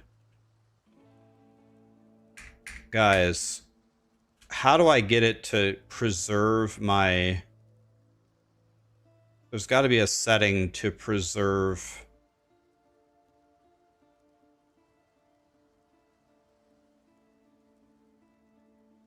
Restore clipboard. Save.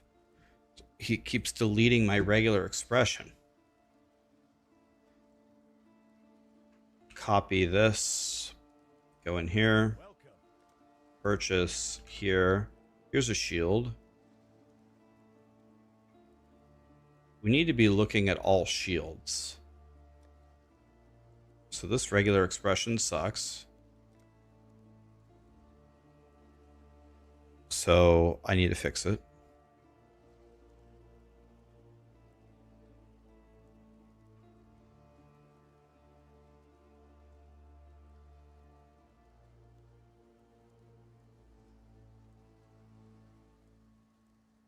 Wait, if I type in the word shield, it's going to show me energy shield. So how do I, maybe I type block? Maybe I type block? How do I show the shields? Block?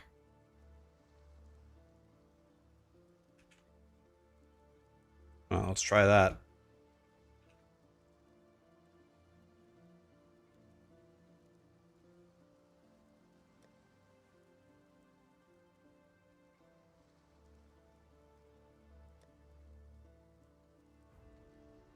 Okay, so we have this. So shield charge just does damage.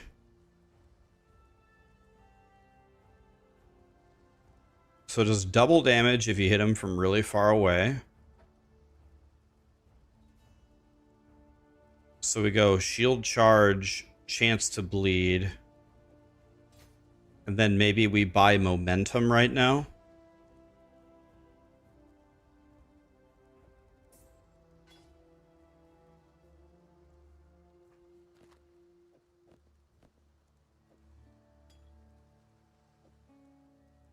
I don't even think we need decoy at all. If we're going to do shield charge...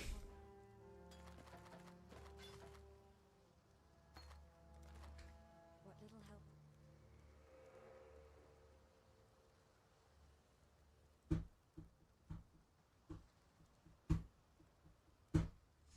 So we could buy momentum.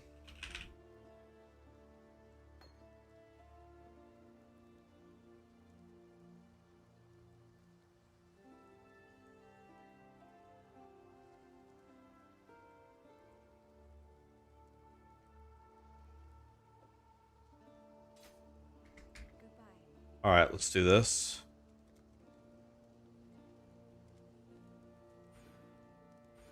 So this is melee. I bet this doesn't count as melee, does it? It does count as melee. So we don't need this or this anymore. Actually, maybe Ruthless could go with Shield Crush later.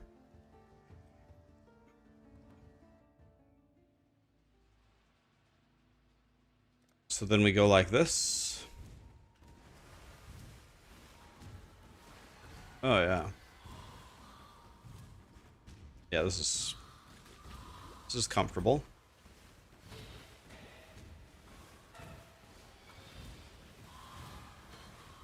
This will be good for people, I think. The only issue is you have to get a shield.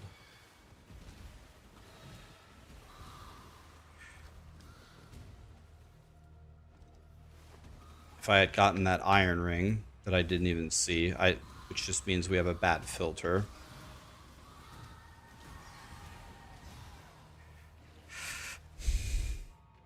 So we're gonna have to work on the loot filter as well. It's gotta scream at you in Act 1. If it sees a whetstone or a... Ow. I don't even have a hat. Give me that.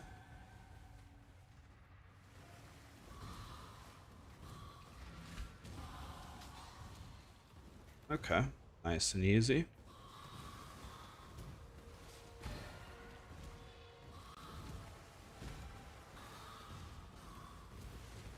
So, people that don't really know the game, they can just go like this, they can just go like this. So this Corroded has 45 armor and life on it.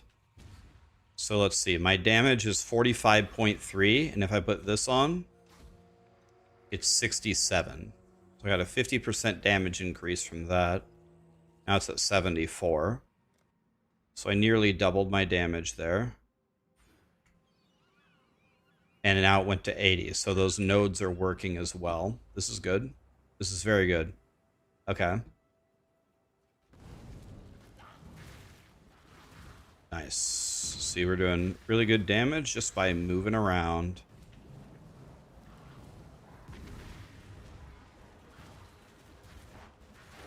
We just go like this.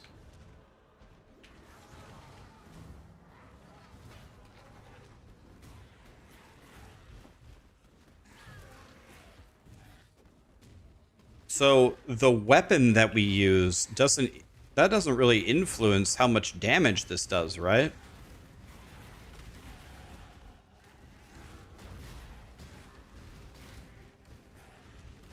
So Contempt would be the best.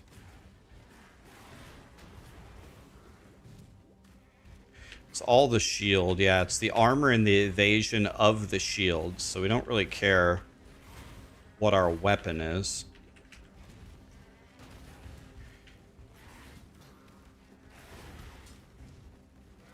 Got an alteration there. That's nice. We're, of course, going to pick it up after we killed Big Dick over here. Give me that. Give me that. Give me that.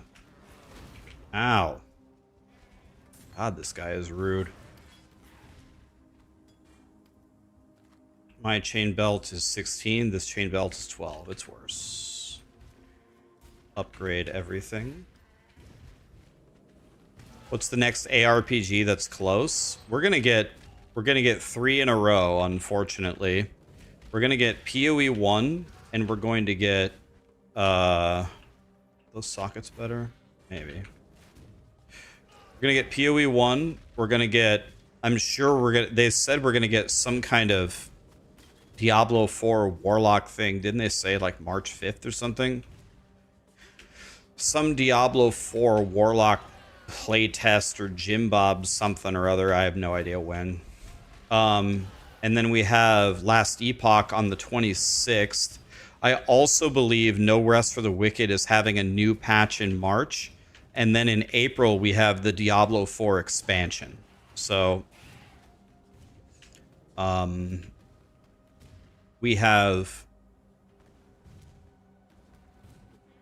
quite a bit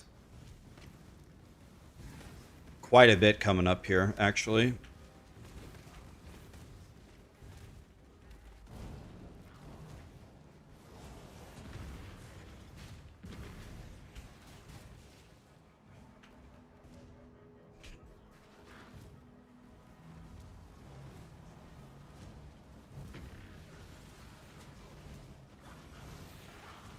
As long as you keep moving, you're pretty safe, right? You just keep on and moving like this.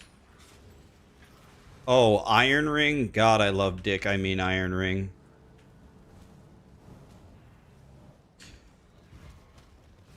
Which one am I most hyped for? POE1. I mean, I'm voluntarily playing POE1 right now. A month before it even comes out. You know what I mean? I love POE1.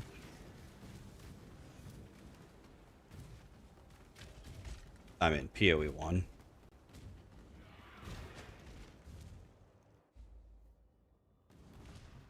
Slay the Spire 2 will be a banger. You want to know something interesting?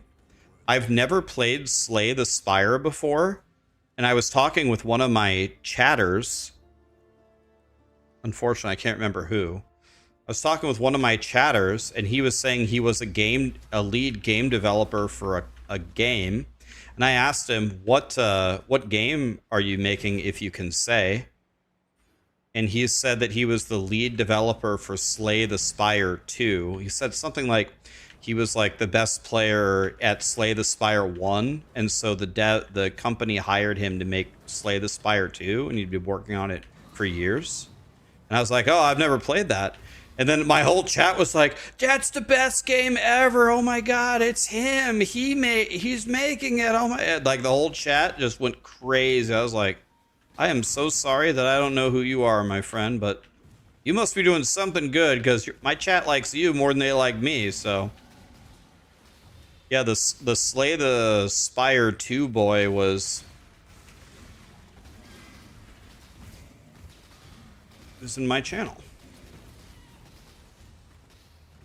And I told him, I was like, listen, dude, I've never played this game, but my chat clearly loves it. So if you guys are doing any kind of sponsorships or whatever, any kind of like mega campaign for your game, I guess get me in on it, because if my whole chat loves it, well, shit, I'll play it. And he said that he would. And I was like, okay, we ball. Let's go. So apparently if they're going to do anything about the launch, then I guess I'm going to be involved with it.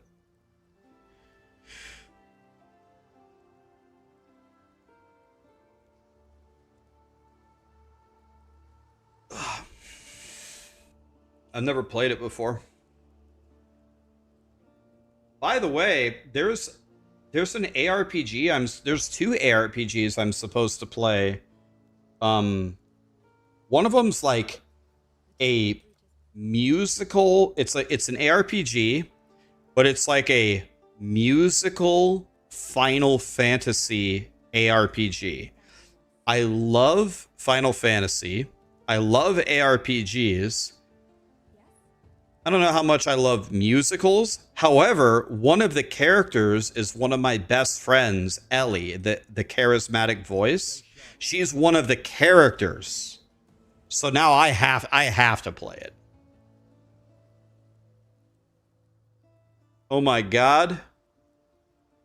Augustin Torres, excuse me, just gifted 50 memberships on YouTube. This guy's a god. Augustin, what was that for, man?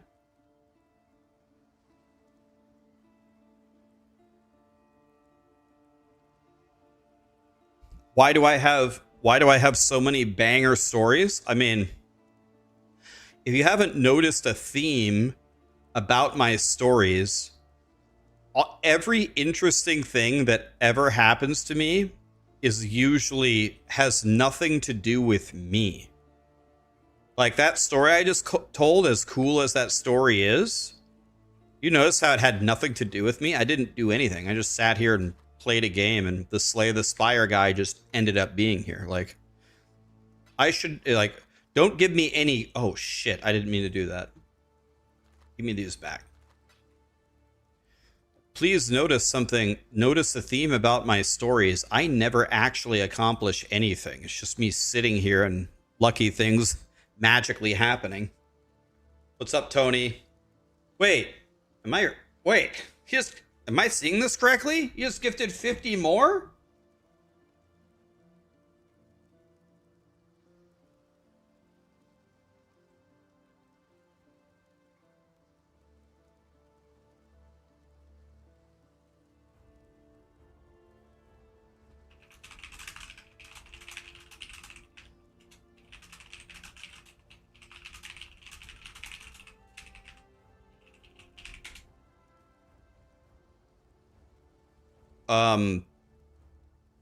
Wait. Augustine, wait, did he just gift 100 memberships? Yeah, he did. We gotta let the notifications just keep getting spammed, so we can't even talk to him. We gotta let him keep going before we can talk to him. Augustine, what in the world was that for, man? So you remember how I was just telling you guys that I don't ever do anything? This random stuff keeps happening that I have nothing to do with? It's like this.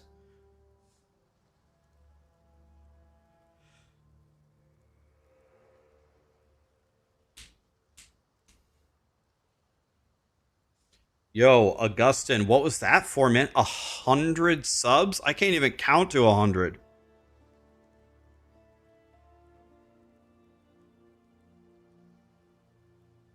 This guy's going straight to heaven. You don't know what's the upsetting thing about YouTube subs? YouTube subs don't cancel the ads. And it's not, as far as I know, that's not a setting that I can enable. If anybody ever catches wind that YouTube members can see no ads, let me know and I'll make sure that I have it turned on. But as far as I know, it doesn't have, yeah, it disables the ads on Twitch, but it doesn't on YouTube. Unless they changed it. In fact, let me Google it to make sure I'm not talking nonsense. Do memberships on YouTube remove the ads? No. Individual channel memberships on YouTube do not remove ads. The only way to remove ads is if you subscribe to YouTube Premium. Yep. Still doesn't work, boys. All right. Augustine says he gifted 100 memberships because I'm playing POE1, of course.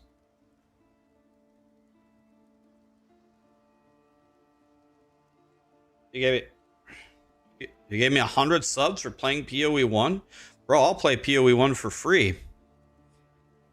That's a based reason. I had someone offer me, I can't remember what it was.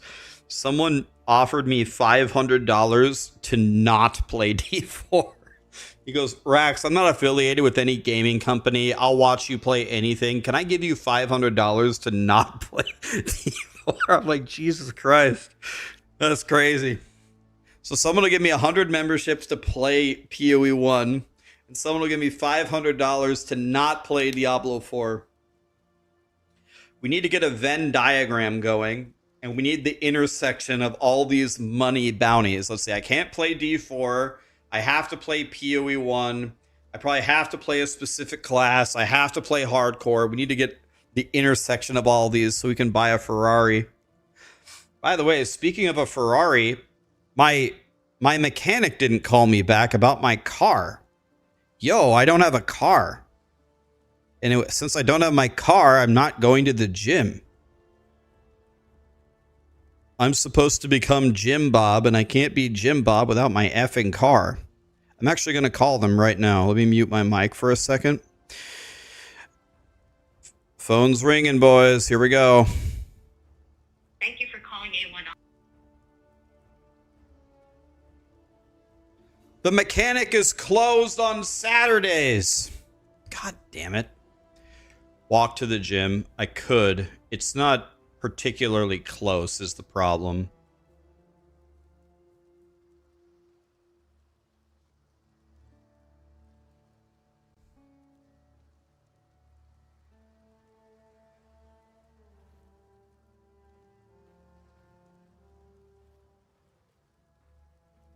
All right, I apologize, guys.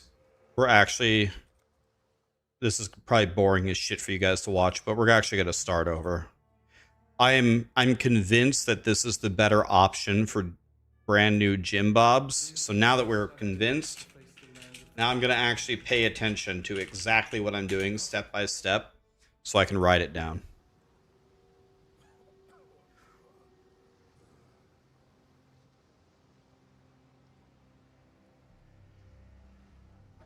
Shield charge doesn't work well. Shield charge doesn't work well with controllers on console. Is that true? What about Sunder though? I don't know if I migrate at all, but I can't spend the gold anyway, Venom, because it has full end game prices. The reason why I wanted to migrate all was I wanted to check gambling prices, but I can't check them, so I'm screwed anyway.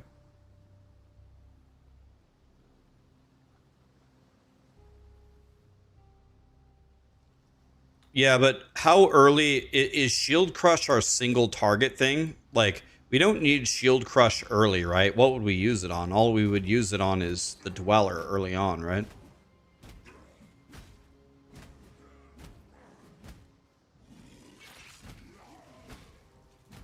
Okay, if Sunder is fine, then I'll just have console players suffer for Act 1.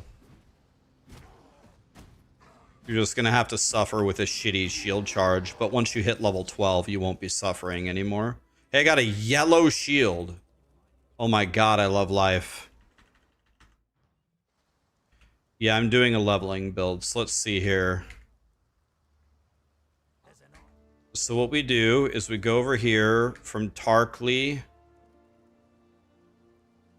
and we buy Ground Slam, because they probably won't be lucky enough to get this shield that I just got.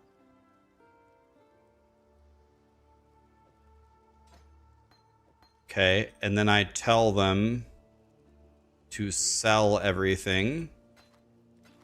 And then I tell them to use the regular expression.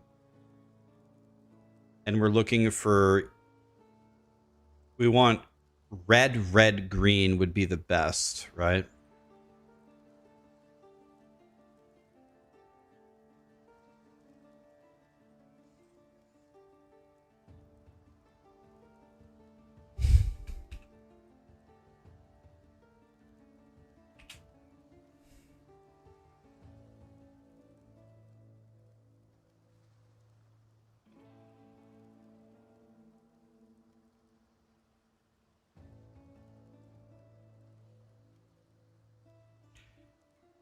Okay, so...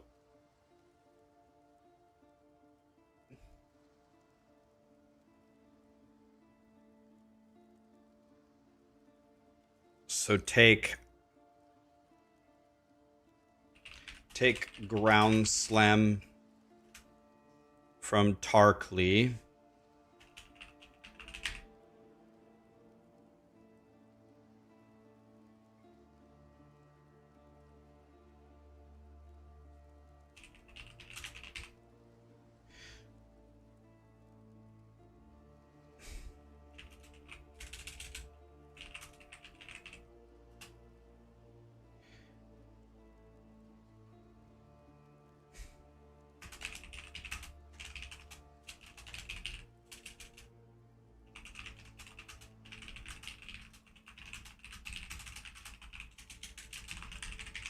Ground Slam sucks, but we're only using it for a few minutes.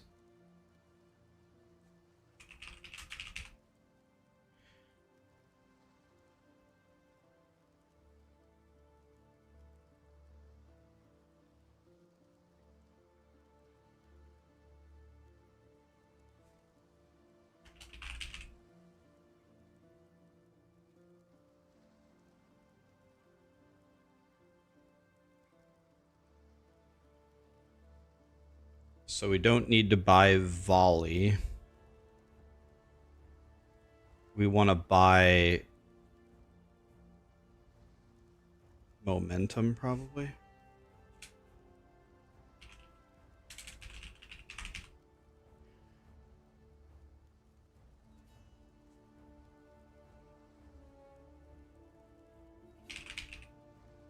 Buy momentum.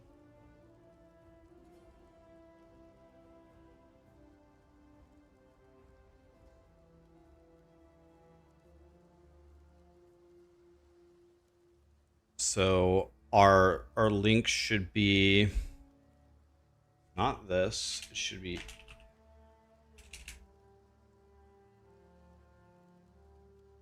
we also need to get shield charge.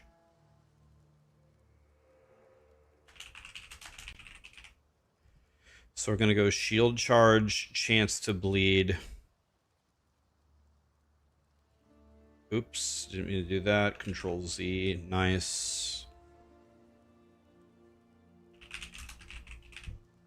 Shield charge, no volley. This is going to be momentum.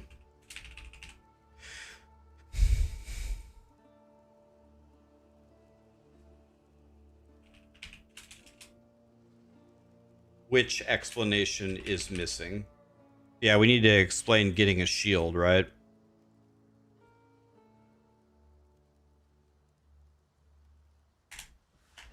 At this point, you must buy a shield.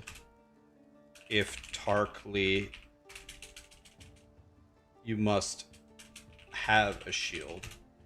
If you haven't found a good one, check Tarkly with the regex above, or worst case scenario, gamble for one at Vestal. And you would gamble for, what would we gamble for? Armor shield for corroded? We go armor for corroded, maybe?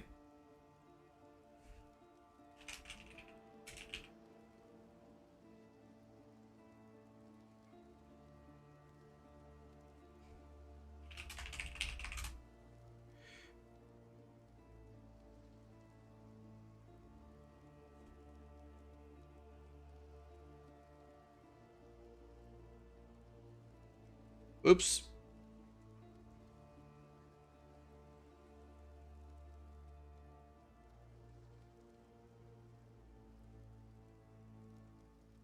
Yeah, let's confirm all of that.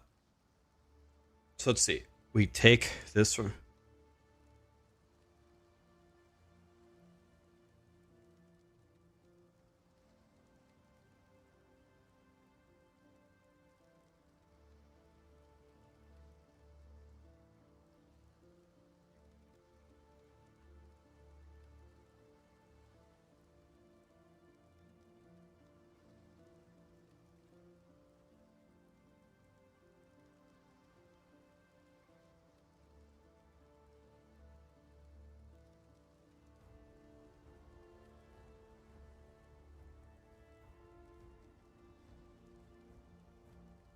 Now we need to also explain what is a good shield. A good shield will have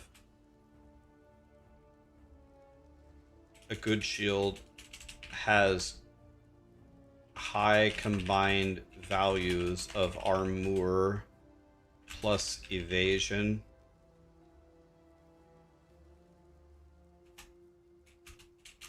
in good sockets.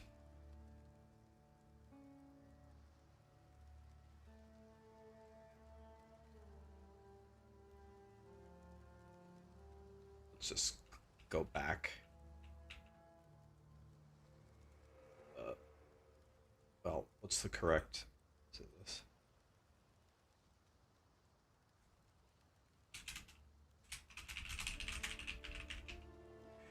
Okay, does that explain it? So when we start, we take ground slam.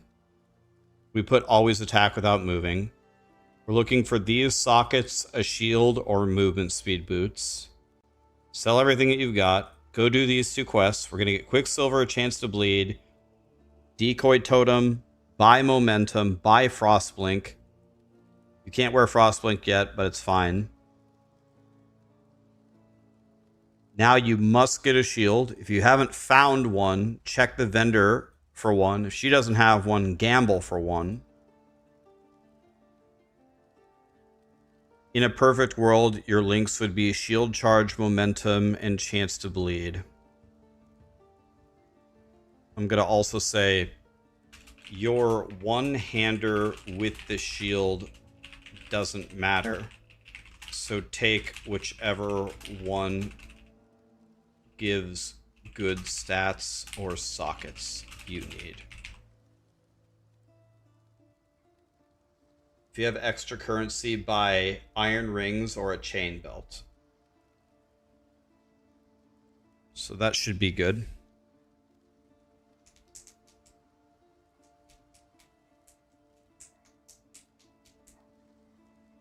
You meant the meaning of powerful shield on 2? Yeah, I guess we could explain it here.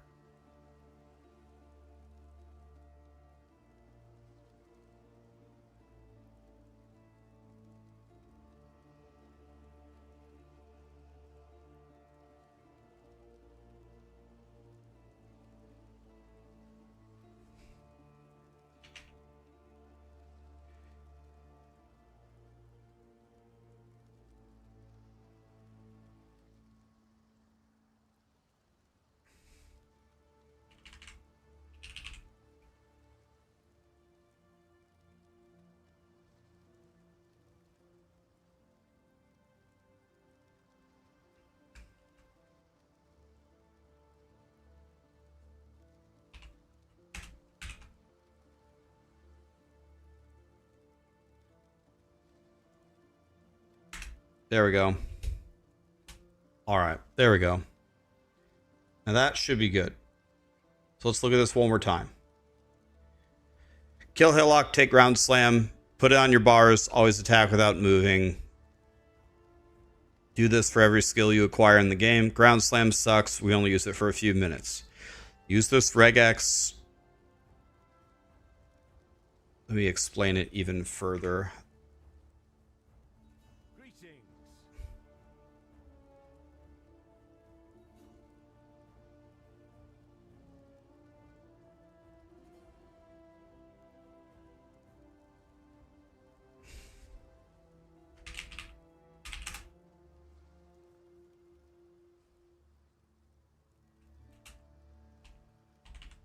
Nope.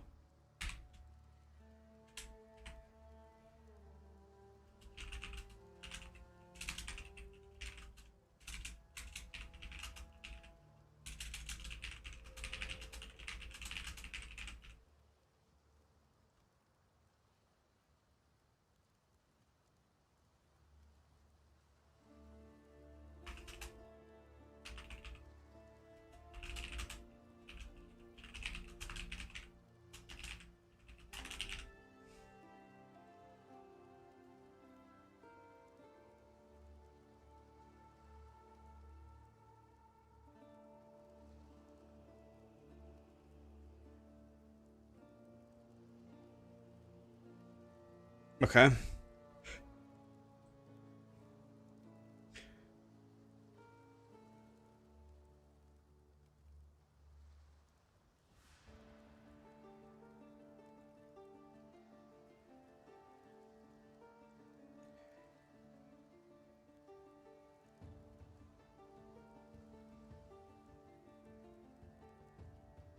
That's why I explained it.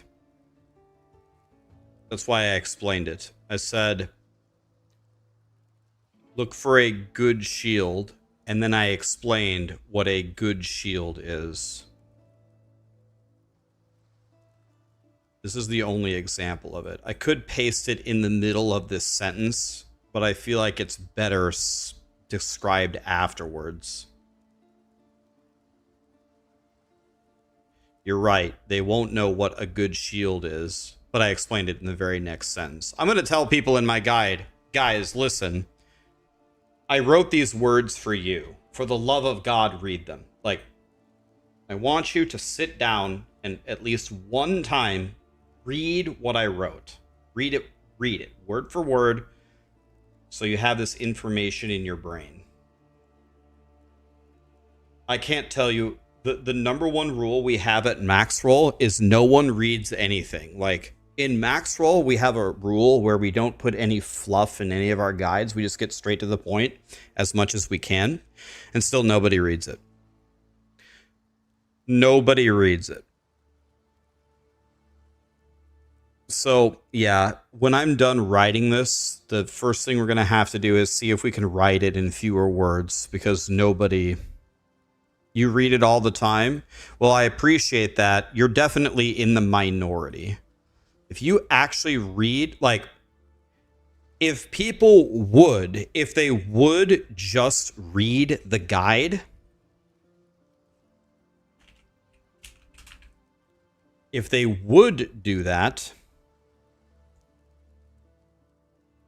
everyone's lives would be so much easier. So I need a shield, corroded power shield.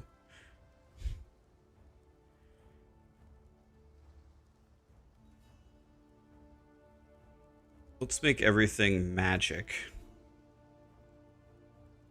Let's just make everything normal. We're not going to have anything good here.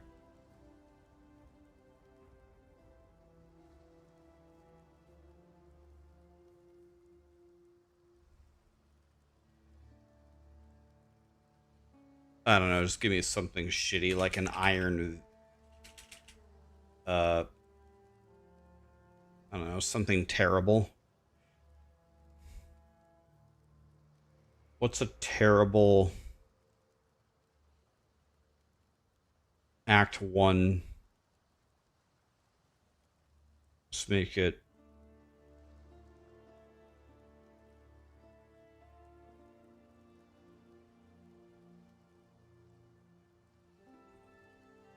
How do I add sockets here? See here. Name, base, rarity. Where do I just add sockets to it?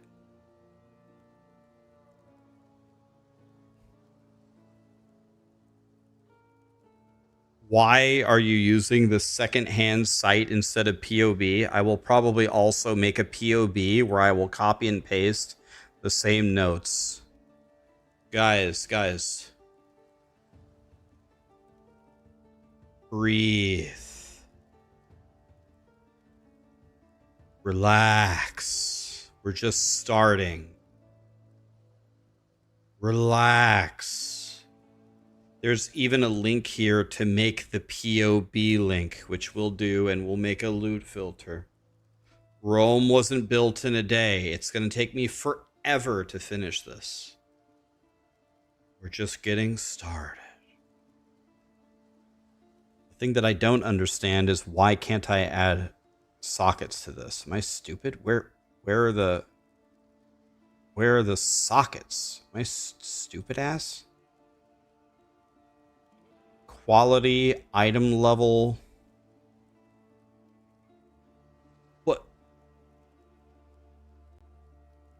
What the? I actually don't get it. Delete.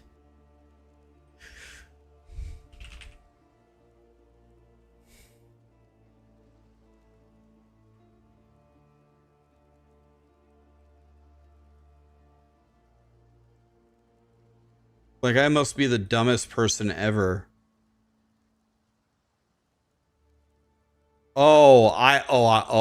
I bet you do it from here. Oh. I see. They connected it this way. I understand now. Okay, so we want So we don't want any of this. This is gone. This is gone. This is gone. So shield charge. Chance to bleed. And then momentum.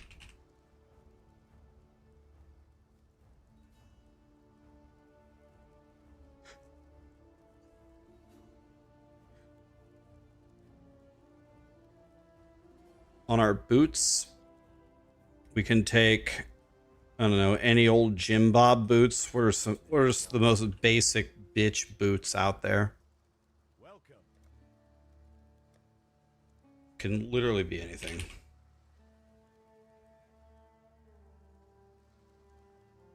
Wool shoes, that. We do want them to have movement speed.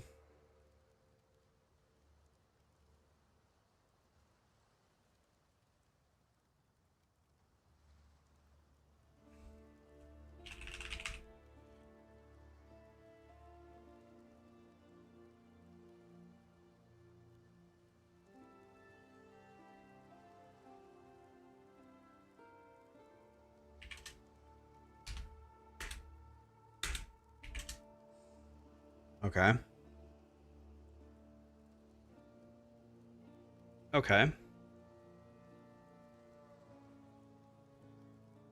Let's just put any iron ring.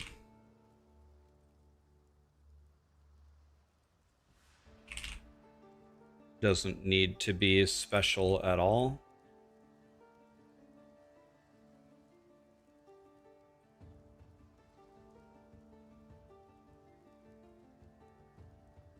I think for a new player, a chain belt would be nice to stay alive. Okay.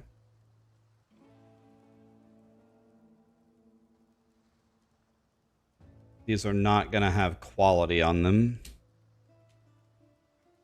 0 quality. 0 quality. 0 quality.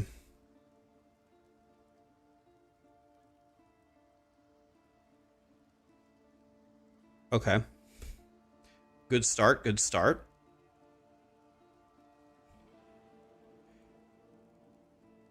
Nice, nice, nice. Okay. We're making some progress. Takes forever to do this, but we're doing it.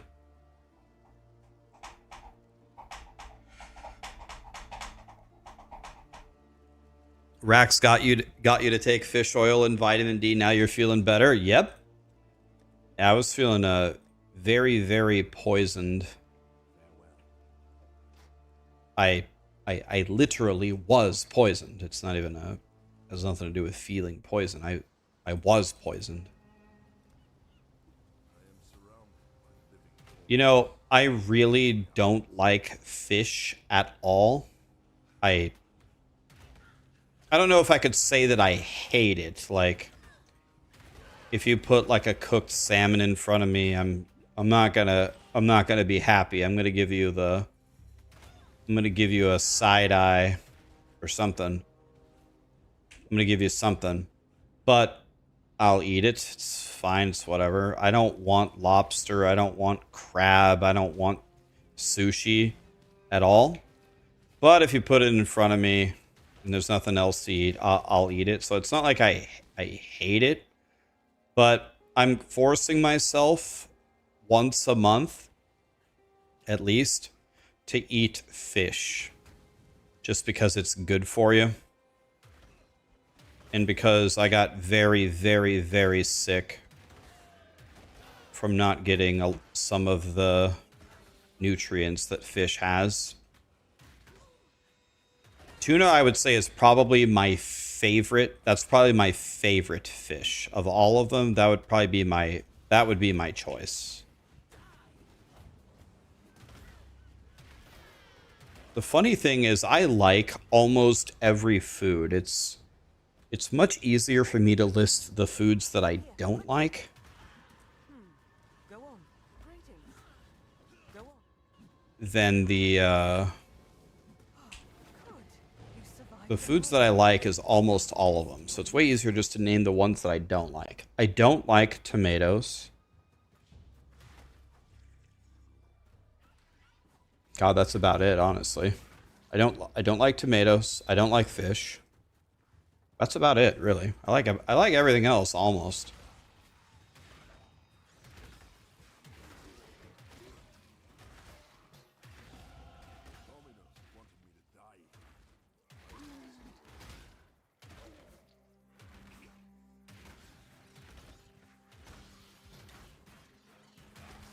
Lima beans, never had them. I like broccoli. I like cauliflower. I like asparagus. I like nearly every fruit.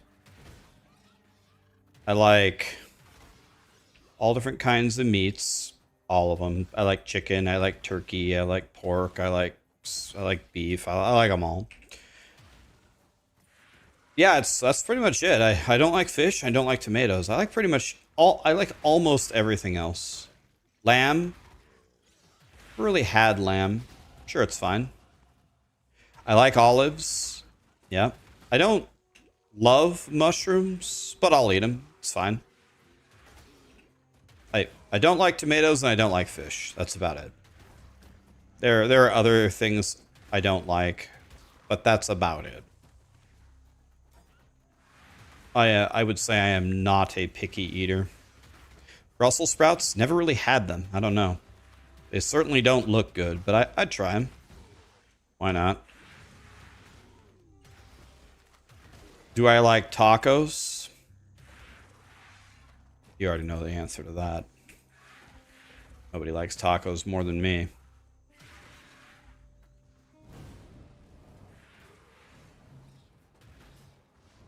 I'm the Jimmy Kimmel streamer. People don't usually call me Jimmy Kimmel. They call me Jimmy Fallon. People say I look like Jimmy Fallon.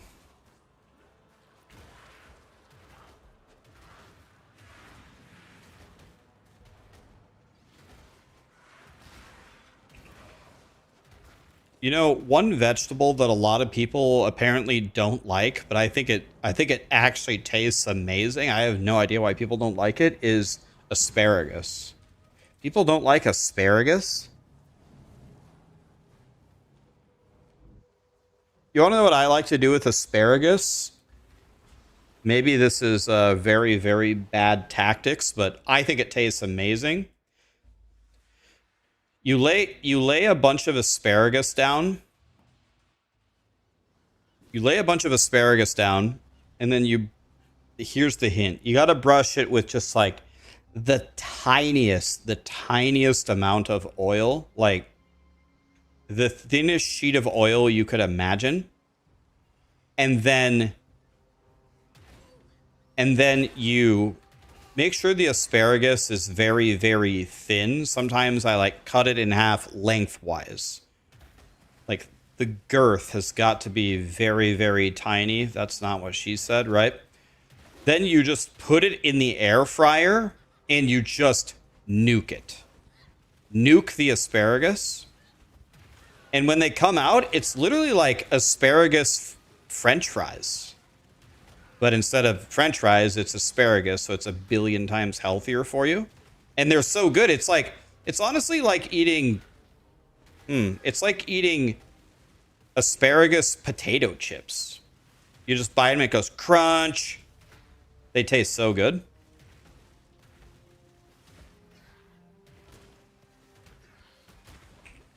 Try it. Buy asparagus at the store, cut it in half lengthwise so it's like pretty thin.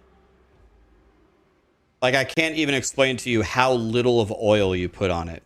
You can take a brush and brush oil on it, and then take a paper towel and grab the asparagus to soak up almost all of the oil that you put on it. Like you only put in enough just to barely coat it in it, and then put it on the air fryer for whatever, 400 degrees for 10 minutes.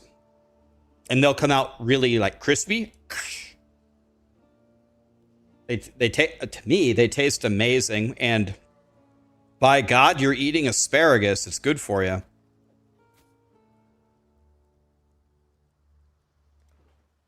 Good times.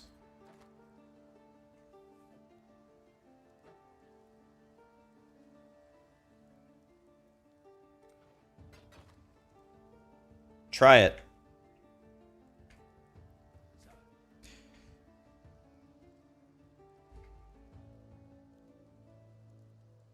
So we take Decoy Totem and then Shield Charge from Tarkly.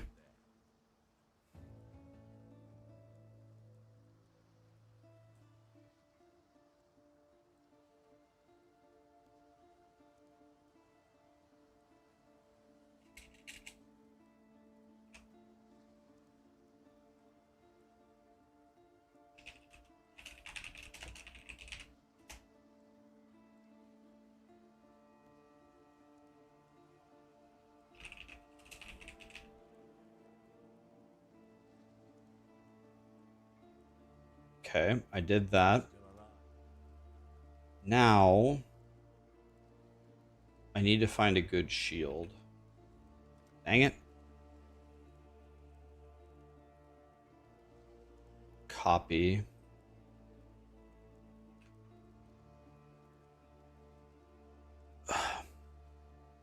So this is excellent, and it even has cold res, and it has the right sockets. So with every fiber in my being, I would need to try to buy this, but I just don't have a transmute is the problem. Here's the right sockets in a chess piece, so let's buy that. We're going shield charge, chance to bleed.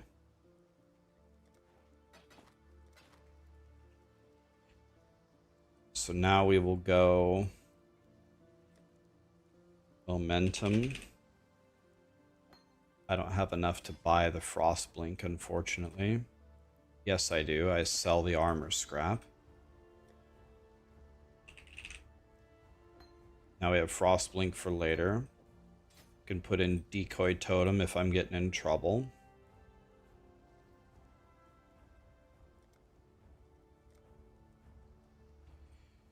Ground slam is out.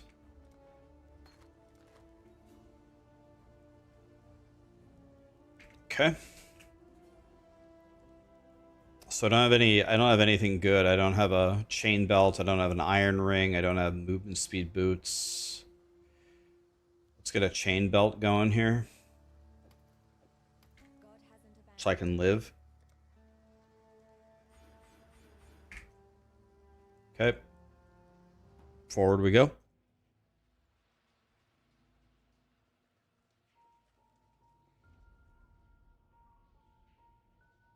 So you make asparagus in Belgium with hard-boiled eggs and olive oil and parsley. So here's another thing. I like eggs. I like almost every form of egg, but I don't like hard-boiled eggs or like deviled eggs. That is the kind of egg that I don't like. So I would personally wouldn't add the eggs like that. But if I cooked up like egg whites or something or scrambled eggs with it, I would do that for sure.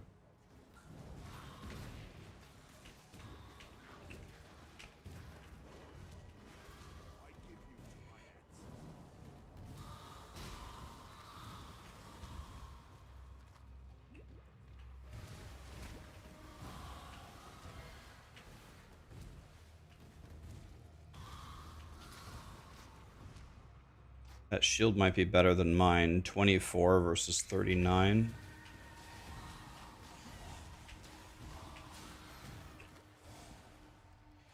By the way, am I kidding myself? I'm not skipping a wisdom. Am I stupid? I don't like deviled eggs, no. You know, like those little snack trays that they have at holidays or whatever? Deviled eggs are the only thing on a snack tray I won't eat. I'll eat the celery, I'll eat the carrots, I'll eat the olives. But if there's deviled eggs, I'm out.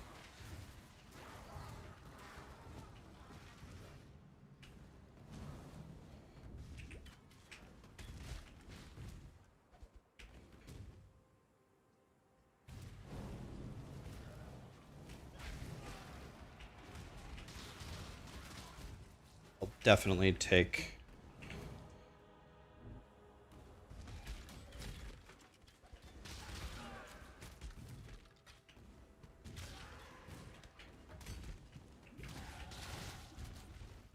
Feeling very strong here, even though my gear is horrendous.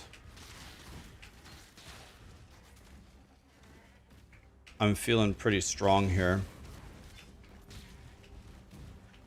Large life flask? Excuse me, sir?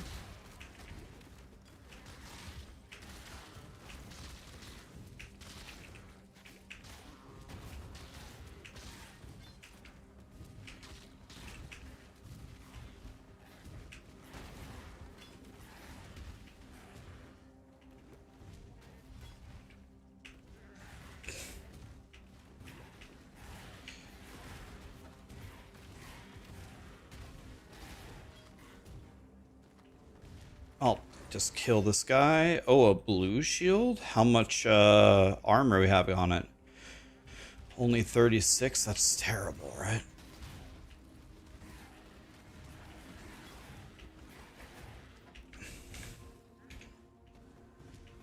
Spending way too much time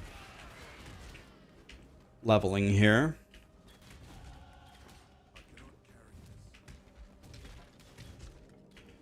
I'm already level 8. That's way too high of a level for the ledge. I should not be 8. Oh, a yellow stone axe?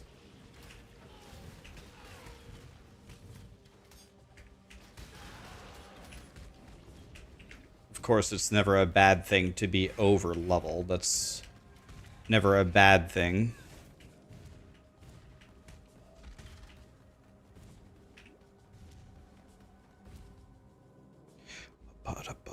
You're not a fan of seafood? Me neither. You want to know what I think I'm going to do? I think I'm going to make it today. I think today... Can I... Dude, I was in hit recovery the entire time. I was spamming shield charge that entire time. And my guy was just stunned the whole time. Multi-proj gym bobs, huh? Yeah, I just keep getting stunned. Let's go for the shrine, guys. Look, we got it.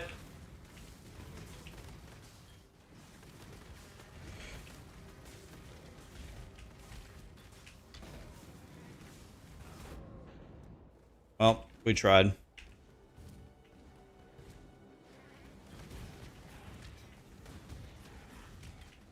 We gotta kill him for the shame that they brought upon our family. Okay, so we almost have Frost Blink.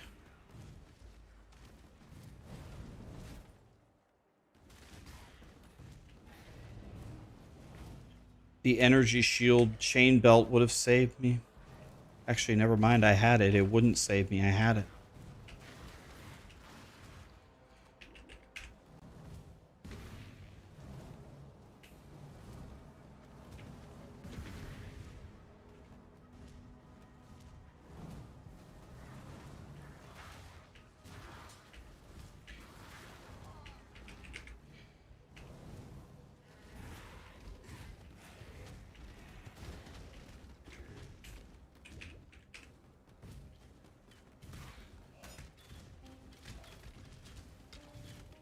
So we gotta kill these blues, right? We always kill the blues for the XP.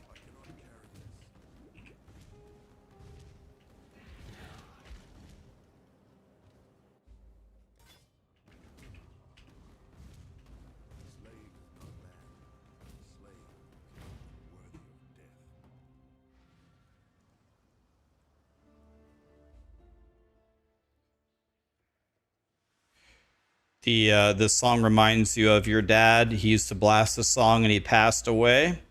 I'm sorry to hear, man. I also had to pull the plug on my dad's life support. I was the medical power of attorney, and cancer had him as a vegetable in a hospital bed. And my family there. My dad was Mexican, so his side of the family was all Mexican, and they're very, very religious people.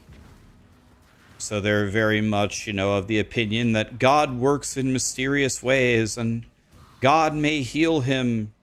Don't pull the plug. But the problem is I talked to all the doctors. I talked to the oncologist. I talked to the pulmonologist with my brother. There was absolutely no point of return from my dad. His left lung turned into a giant tumor, and it had to be amputated. But his lung had already started crushing his heart, and his vitals were so low. The doctor said the odds of my dad even surviving that procedure to amputate one of the lungs were very close to zero. And even if he did survive, the cancer had already spread to other organs. So it would just be delaying the inevitable. So I said, guys, no one in this room wants my dad to die today less than I do, but I'm actually doing this for my dad. The doctor said there's no hope, so I get it. God works in mysterious ways, and they may save him, but if my dad, I know my dad. He's literally my dad. If my dad were alive, or if my dad were in the room observing the situation, he would tell me to pull the plug instantly. That's what my dad would say. I know him, so. You got an hour? Go in there and say goodbye. I already signed the papers. So I pulled the plug for my dad. My dad, 100%, no doubt in my mind, would have asked to pull the plug. My dad doesn't want to be a vegetable. My dad doesn't want to suffer. I would be the same way. So I know how that feels, man. Your father passed away from a severe blood infection, and it induced him into a coma. That seems, yeah, very similar to what happened to my dad. Very similar. I think that's by far the best way and the easiest way to think about it. I'm not making a decision here. I'm not choosing, does my dad live or die? That's not what's happening here. What's happening is, I know my dad very well. What would my dad do here? What does my dad want for himself? I will just carry out his wishes. Dad, I talked to the doctor, and for lack of a better word, buddy, it's over. We had a good run, but it's over. Under that circumstance, what would you want me to do? My dad would be howling with laughter, begging to pull the plug. My dad would be like, GG's, Ryan, I'll see you in the next one. That's the kind of person my dad was. That was his attitude toward things. So it actually wasn't difficult. It's very difficult to lose my dad. I love my dad, of course, but it was very, very clear to me that there was only one thing we could do for him.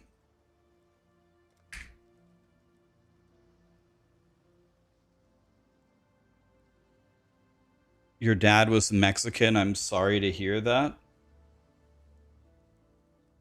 Oh, you just got permabanned.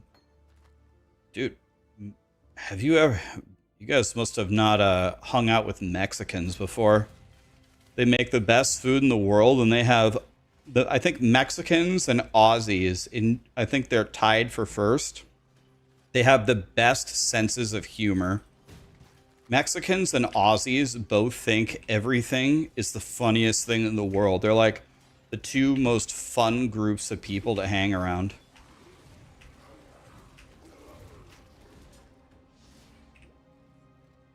It's a joke, chill. Oh, I already permabanned you, dude. You're gone. You're gone, buddy.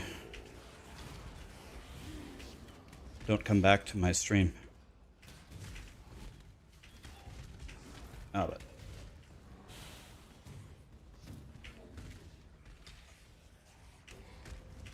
dude, you guys would love to hang out with the Mexican side of my family. I mean, the other side's good too, but The one you'd really like to hang out with is the Mexican side. Every single day, they barbecue and grill out. They make fresh tortillas and they make carne asada and barbacoa every single day. I don't drink beer, but they open like 40 cans of beer. And then all they do is eat tacos and laugh their asses off at absolutely everything, and then they watch soccer. That's what they do every single day. There's literally no difference. It's every single day. Oh, let's watch soccer, let's barbecue, and let's roast literally everybody for everything.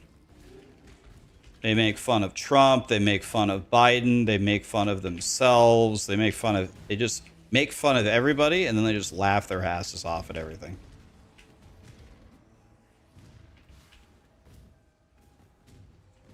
They don't take life too seriously.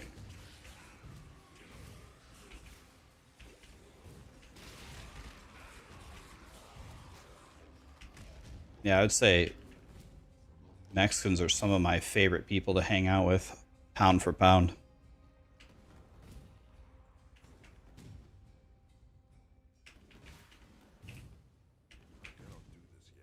Your brawn is about to meet its match. So I need to write a note here.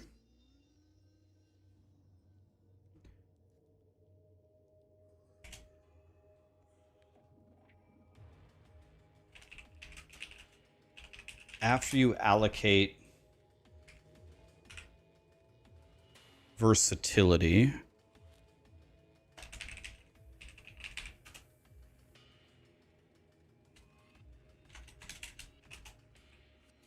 when your frost blink levels up for the first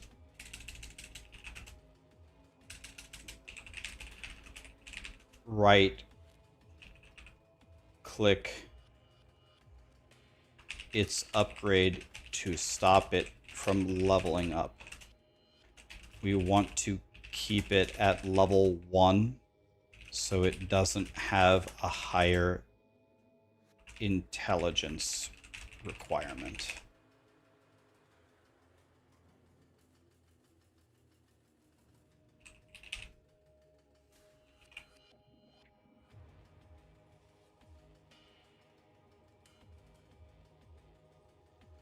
Then we could also tell them to look for a lapis amulet to buy that, but that's way more complicated than just allocating versatility.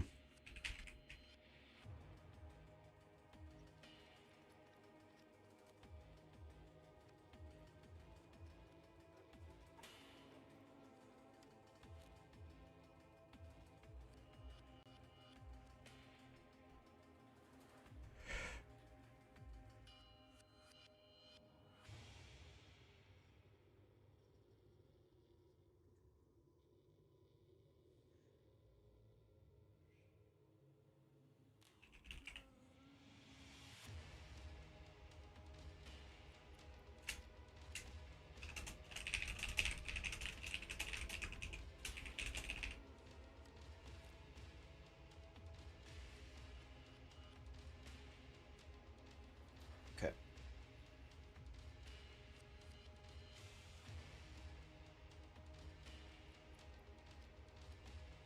Okay. I'm assuming the best way, so of course we want to go to Resolute Technique, right? We go to Resolute Technique first. Do you guys think, is it worth pathing through these nodes? Because isn't Butchery really good?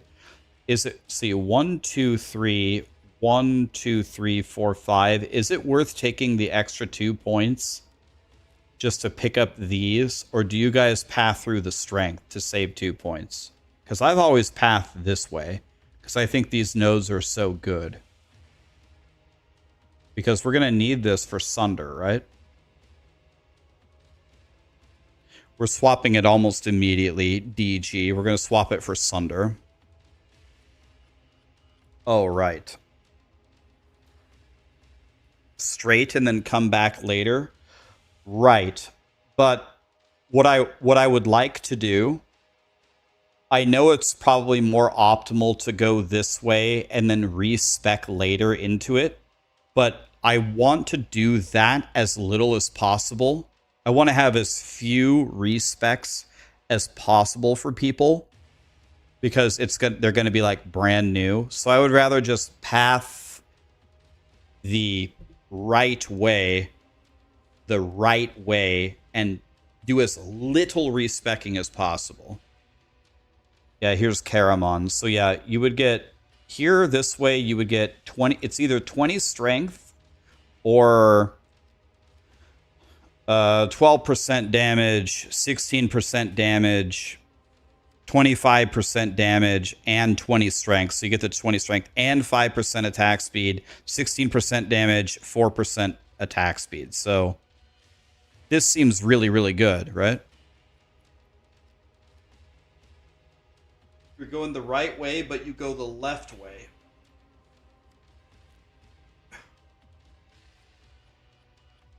I'm not sure.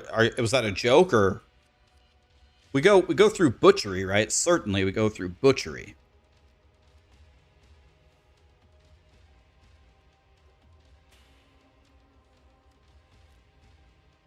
Yeah, I think we got to go this way, and then we go through the life nodes, and then we grab Resolute Technique, and then we've got some decisions to make. Like, then we have to figure out, do we go for Slaughter? Do we go for the Rage? Rage synergizes very well with Berserker, right? We got to make a decision. Do we take the Rage Ascendancy first, or do we take the Warcry Exerts first, or something?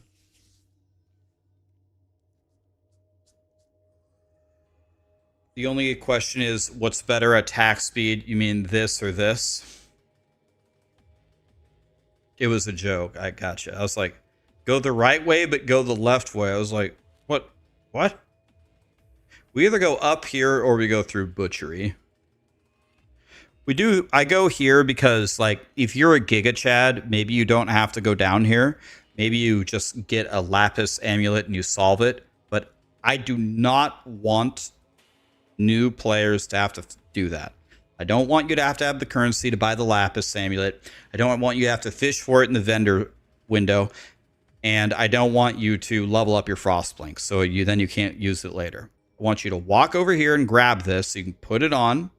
And I want you to stop leveling it immediately. I'm also going to tell them not to level their Blood Rage because you'll have dexterity problems later on. I'd rather them just use a level 1 Blood Rage the whole time.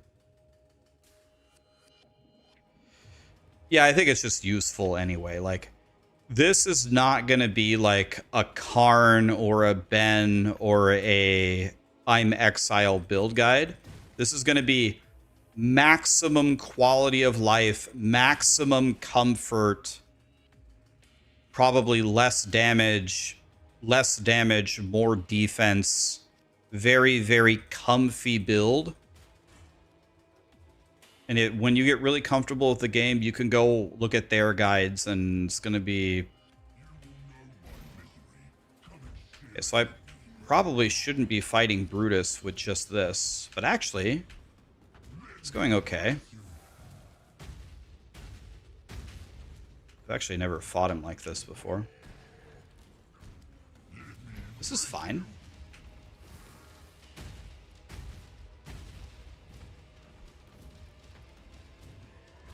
It's not impressive damage by any stretch of the imagination. Can I just go through it? Yeah.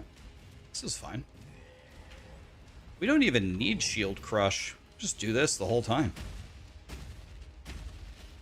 I mean, that was the easiest. I mean, that was so easy. Wasn't that fast, but it was easy. We don't even need Shield Crush, do we? You just ice skate around. You know what? I think we just sell it all. Who cares? This energy, it's only 11. I don't have movement speed boots. I should probably look at the boots. I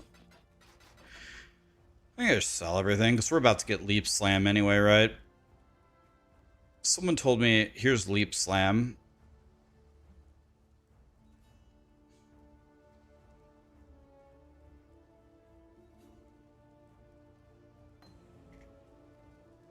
So let's see here. I missed something.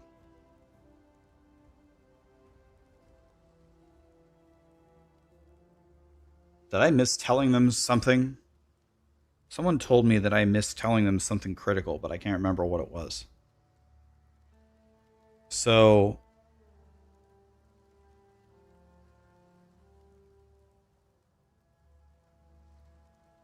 I think what I'm going to say here is, yeah, we're going to go Berserker. After killing Brutus,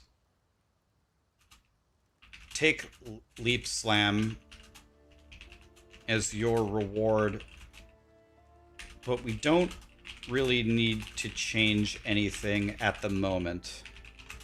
Our top priorities are getting to Merv Vale's Cavern and hitting level 12. Keep blasting until you've accomplished both.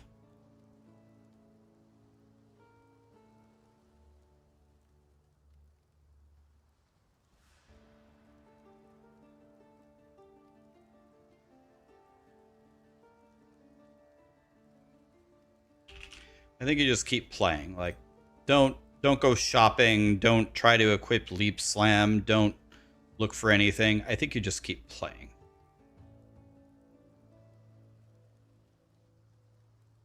So someone is giving away a hoodie, guys. You have 3 minutes. Exclamation enter in Twitch chat only. Exclamation enter in Twitch chat to win a giveaway. Anonymous is giving it away. It's usually Toys who does that. Is Toys here? Who did that? It's usually Toys or Darius. You can win a free hoodie right now. Exclamation enter on Twitch chat. If you're on YouTube, open my Twitch channel and exclamation enter. Try to win. Is Toys here? Toys is not logged in. Was that Darius? Who did that? Jables did it? Jables, thank you so much for giving away a hoodie, man. What a guy.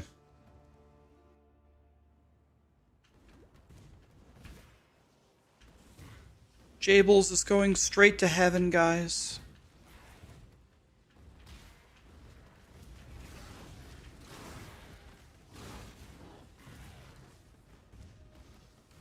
Oh yeah, we need to buy Blood and Sand. Yes. When do you get it? After Brutus?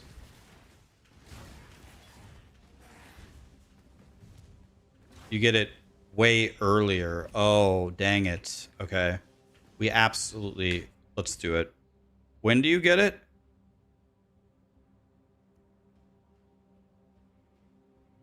Do you get it after the Mud Flats?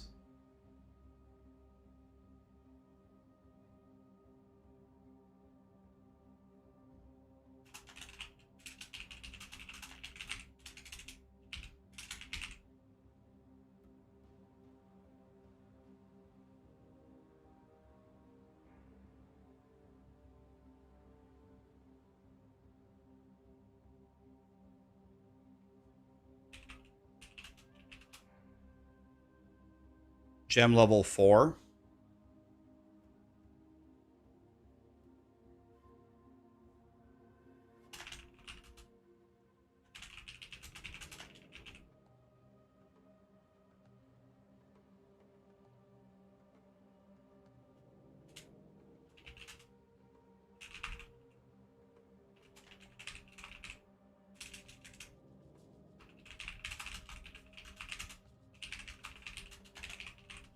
We want Blood Stance, right?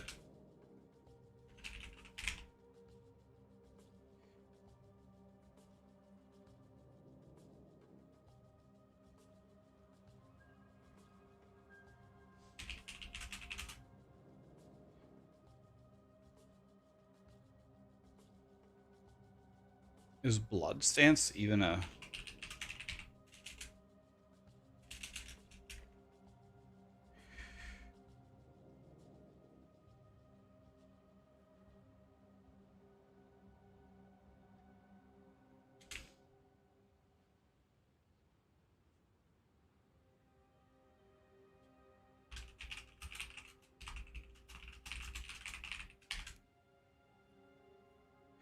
Who won? Slams and Grams. You just won a free hoodie, buddy. Congratulations, man. Jables, thank you for doing that, buddy. What a guy.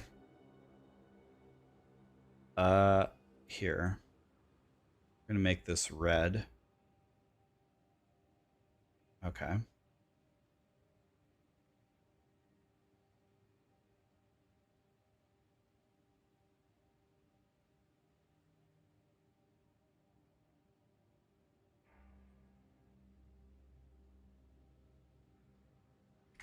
Okay. So after we beat Act 1, the thing we're going to do next is we're going to go beat Act 1 again with a... We're going to follow my instructions. And we're going to see if the average Jim Bob could follow my instructions and win. I don't even think we need Shield Crush. I feel like my... I don't have... Okay, I have 1 Iron Ring. And I didn't have Blood Stance. And I feel like my damage is totally fine. And I would rather not complicate the matter. I want it as simple as possible. As few steps as possible.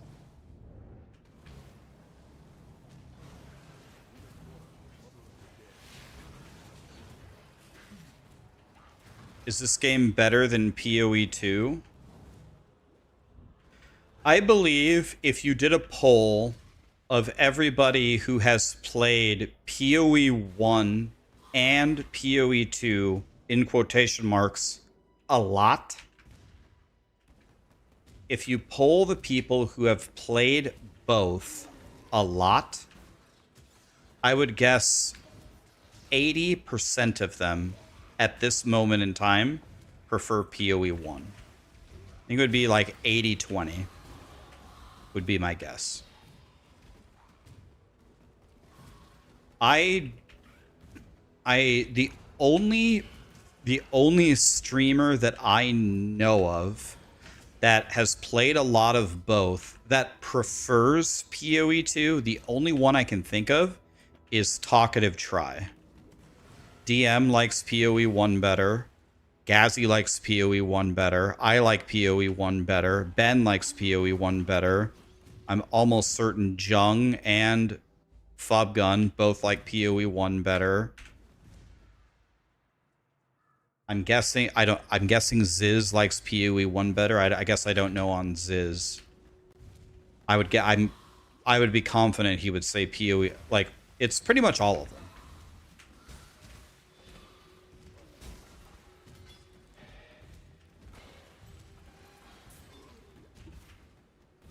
I know Talkative Try prefers POE2. Even DM thinks POE1 is the better game. Usually the people who stick around the longest in the POE2 leagues are usually me and DM. After everybody has left and moved on and played something else, me and DM are usually still playing. And even both of us say that POE1 is better. So even the people that stick around the longest. Now, will POE2 eventually be the better game? It could be. That could happen. Is that going to happen in the next year? No. Not in my... unless Grinding Gear Games cooks at a level that I've never seen before.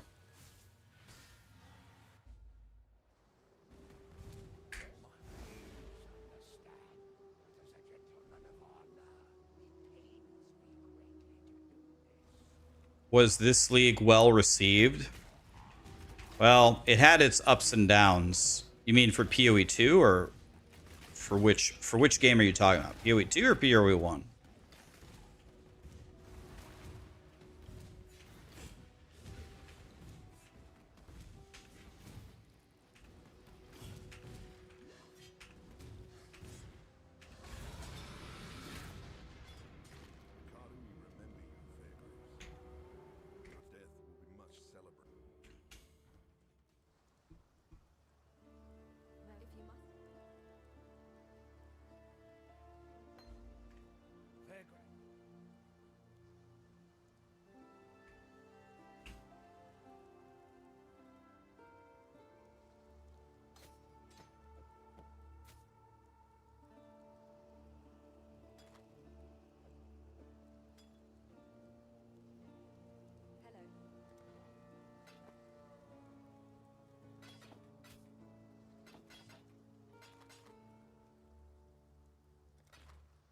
Okay, so let's see here. At this point, when you're level 12 and you reach Merville's Cavern, now you take the Sunder reward from Nessa. So we have Sunder, and now we have Leap Slam. So let's make some notes here. Let's make some notes of everything we have to do.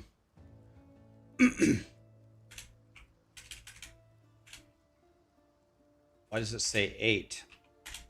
Why does it say 8 and then 8? There we go.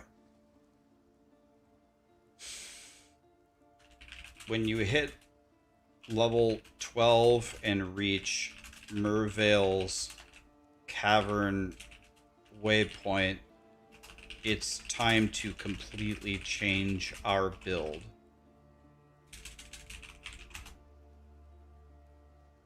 Talk to Nessa. Take Sunder as a reward from Nessa, which will carry us for the rest of the campaign. Buy... Let's see, what are we buying? Intimidating Cry? Hello. We're gonna buy Cry. Buy Intimidating Cry. And...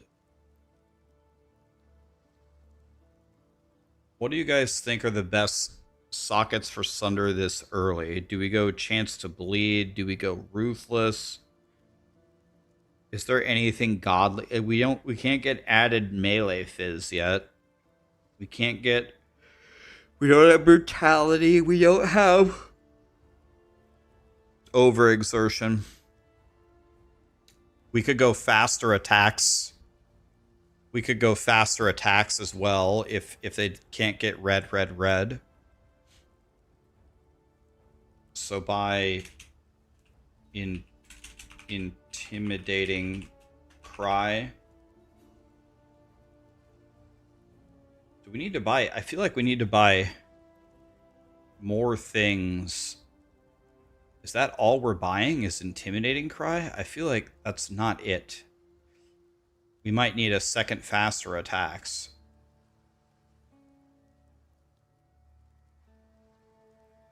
Maybe that's actually all that we buy. War Banner.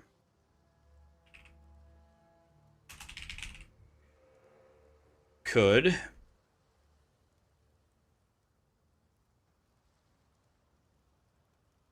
Does... again, I want to try... so I want to try to get the people to buy as few of spells as possible. By the way, do you guys buy Life Tap here? Do you buy Life Tap for Leap Slam? Do you guys play with Vitality at all? Do you guys buy Vitality or Life Tap for Leap Slam?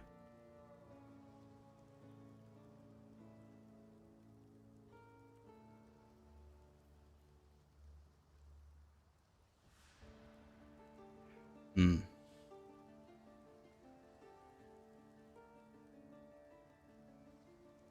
You use Vitality, but you suck.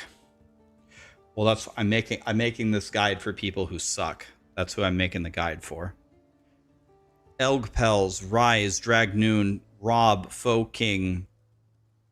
By the way, Jubo with the 81-month resub. Jubo's gotta be like rank 1 all time in my channel. It's insane.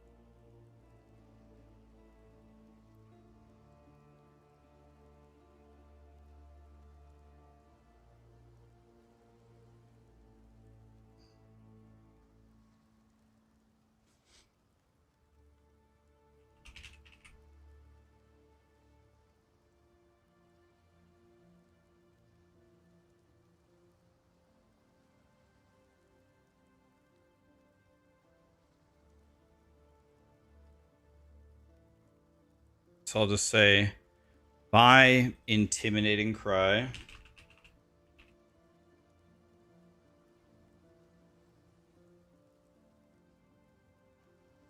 From her, and if you have extra sockets, you can pick up Vitality and or Clarity and turn those auras on to help you in the early game.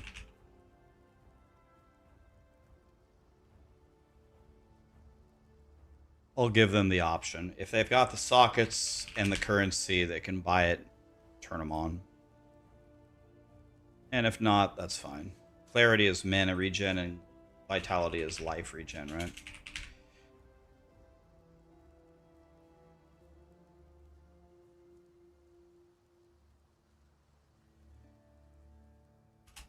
Double check that your flasks don't suck, meaning they should be large, or what does she sell?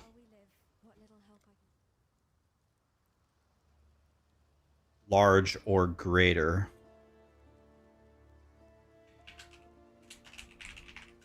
For both life and mana. If they aren't, again, buy them from Nessa.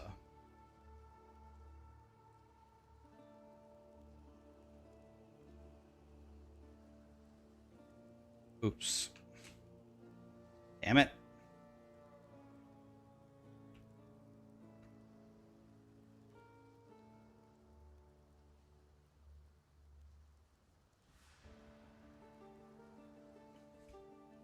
Now we need to get a Giga to Hander. Check if Tarklee is selling a, what's it called? A wood chopper, wood splitter.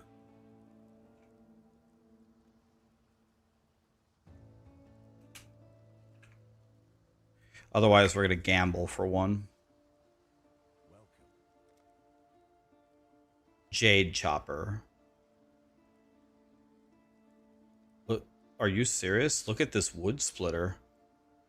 Oh my god.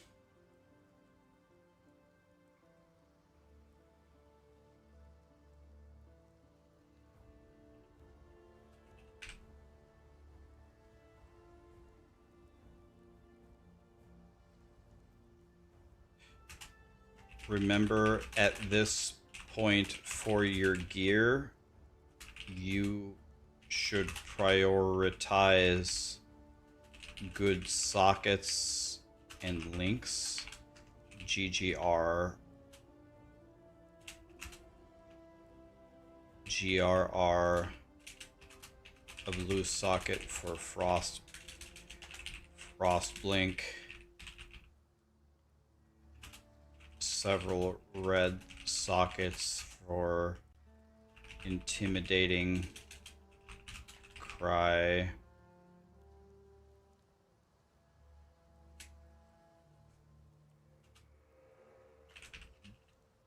decoy, totem, vitality. It's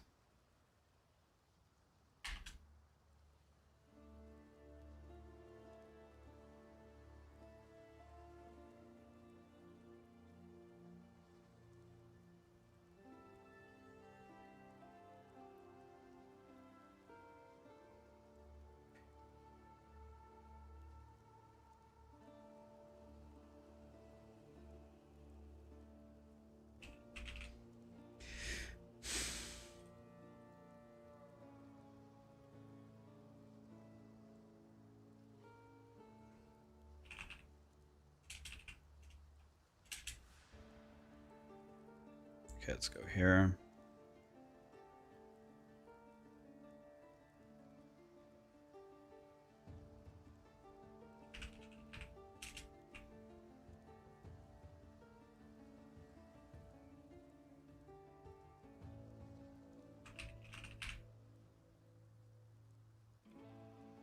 I need to put blood and sand.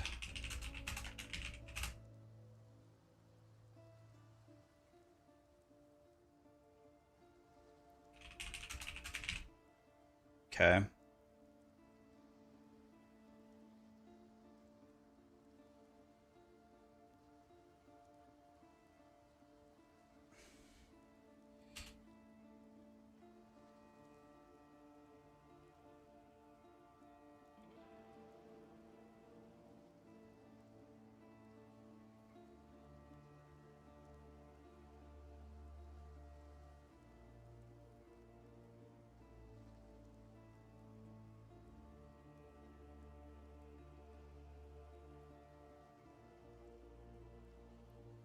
Again, guys, remember almost the entire guide. This is at least half of the entire guide. Everything is really in Act 1. If I have everything set up for you in Act 1, you've almost already completed the game. So this step, doing this correctly, is by far the most important moment.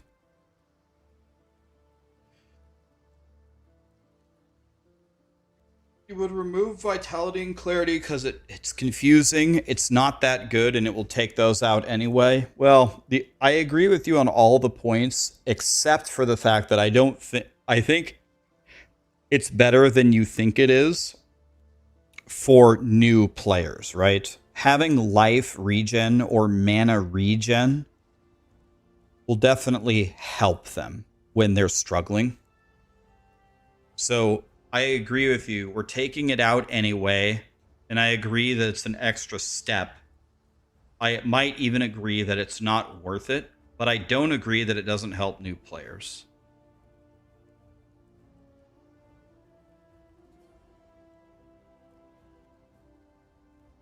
Why am I not playing the D2R season? Because I just did a full playthrough of Diablo 2. I couldn't bring myself to play it again.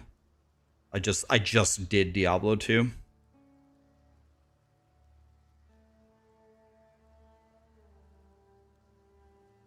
Yeah, I was thinking about throwing in that hint as well to get a sapphire ring for Merville. The thing about Merville, though, that doesn't matter, though, is if you die, you spawn outside the door and she doesn't regenerate her life. So it doesn't really matter. Almost everybody's going to be playing softcore. If you die, who cares? You just walk back in the door.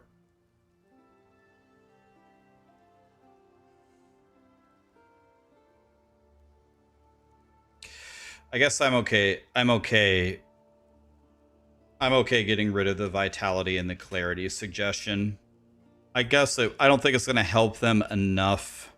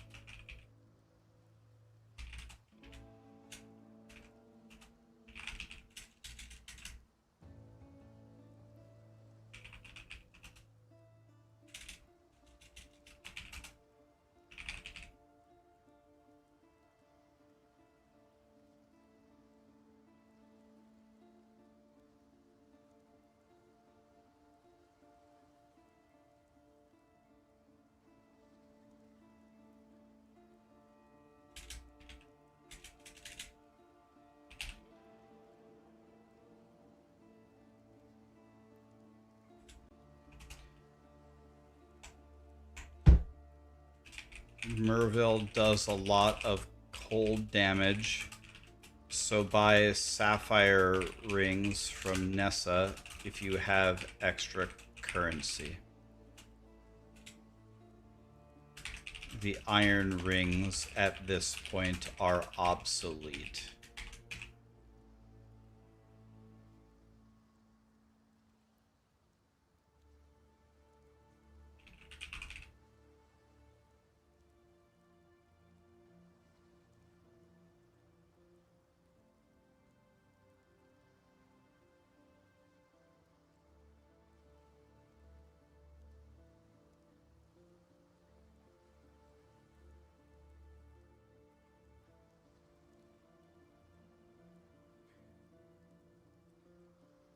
Okay, so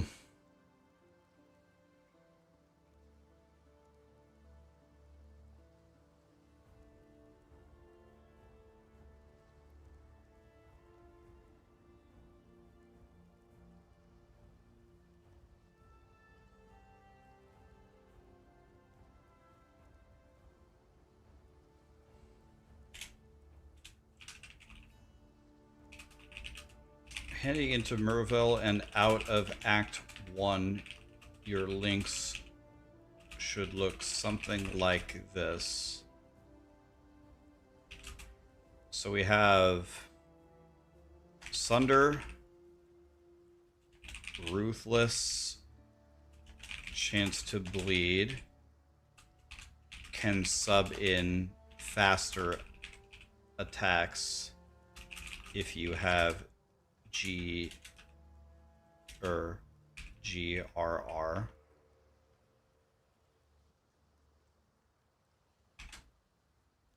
Then it should be Leap Slam,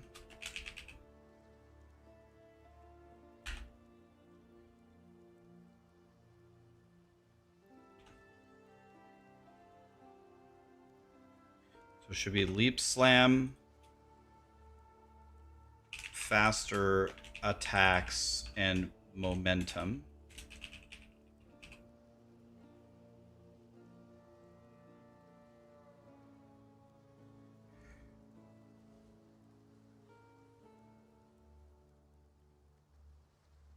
This isn't even a next step, it's the same step.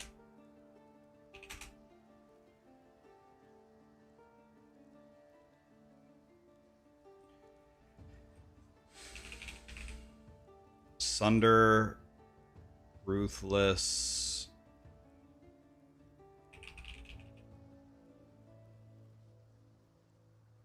Chance to Bleed,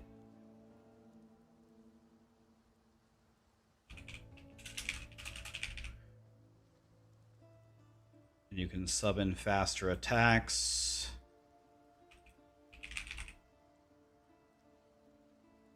If we want to go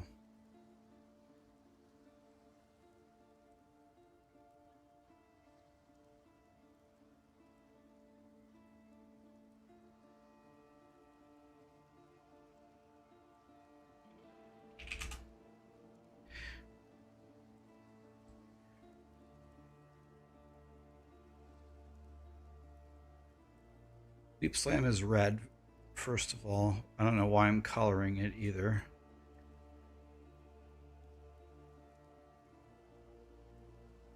Tooltips. So it's red, green, green.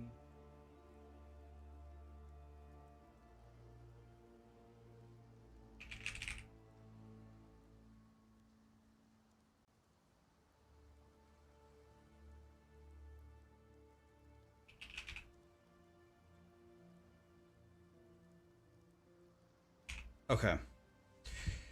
I think that is how you beat Act 1. I think that's how you beat Act 1. And I think that's going to be at least half of the entire leveling guide. If you can walk out of Act 1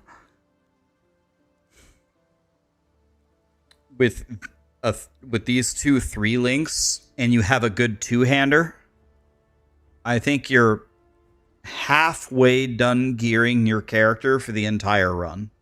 Half of the work is done. Then later on, we're going to update to a 4-link. We're going to get the automatic. It's not called auto exert. What's it called? The auto cry. The auto cry in Act 3. We're going to pick up Blood Rage, maybe like Herald of Ass in Act 2 temporarily. We get Melee Fizz, I believe, in Act 2. And then yeah, we're going to auto exert, or wait, yeah, auto exert. That's what it's called, right? Auto exert to do our cries. We're going to pick up some more cries in Act 3. Then we're going to gamble for a really high armor body armor.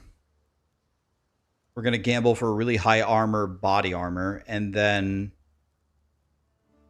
that's pretty much it. Then I need to tell them little hints like in Act 5. In Act 5, you want to do the extra side quest to go kill Uchula, because if you kill Uchula, it gives you a 4-linked headsman axe. And at that point, sometimes that headsman axe is absolutely god tier.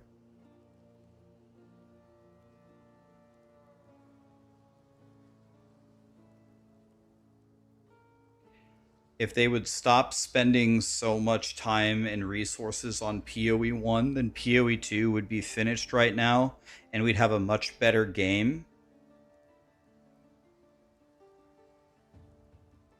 I mean, a lot of what you said I agree with. If they stopped pouring resources into POE1, POE2 would be finished by now. That's probably true. Would POE2 be better if they had more resources on it? That's also true. So, I mean, you're not even spouting nonsense. But POE1 is one of the greatest ARPGs ever. Do you really think that they should just let it die because the sequel came out? I mean, they don't play the same at all. They don't play the same, and POE1 is one of the greatest ARPGs ever. Do you really think that they should stop developing it? Maybe financially, if you only look at it from a money perspective, it's probably more money generated to just work on POE2 and let POE1 die. You might make more money doing that. But do you really want to let that game die that started the entire company? And I don't know, what's the reason for POE1 dying? Like, why abandon it? You could make a little bit more money, but do you really, is that really that important to just let it die? I don't think so.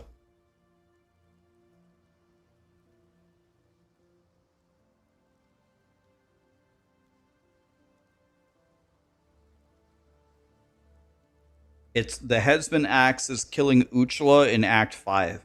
I always kill, unless you have an amazing weapon, unless you have the greatest weapon ever, I think you're absolutely throwing by not killing Uchula. It's like a 5-second fight. You kill him in 3 hits, maybe like 2 hits, and he gives you a 4-link headsman axe. And at that moment, that headsman axe, if it rolls like really good fizz or flat fizz or something, it has a very high chance to be better than whatever axe you're currently wearing. So I think if you don't do that as a melee character, I think you're absolutely throwing. There's no reason not to spend, unless you're racing for world first, which 99.99999% of people aren't. I have no idea why you wouldn't go kill him for a 4-link headsman axe. I do it every time. Like, yo, let me see this axe. If you're playing really well and you're gambling all the time and you get lucky, or the headsman axe rolls very badly, you know, it's whatever. But sometimes you just get a way better weapon for free.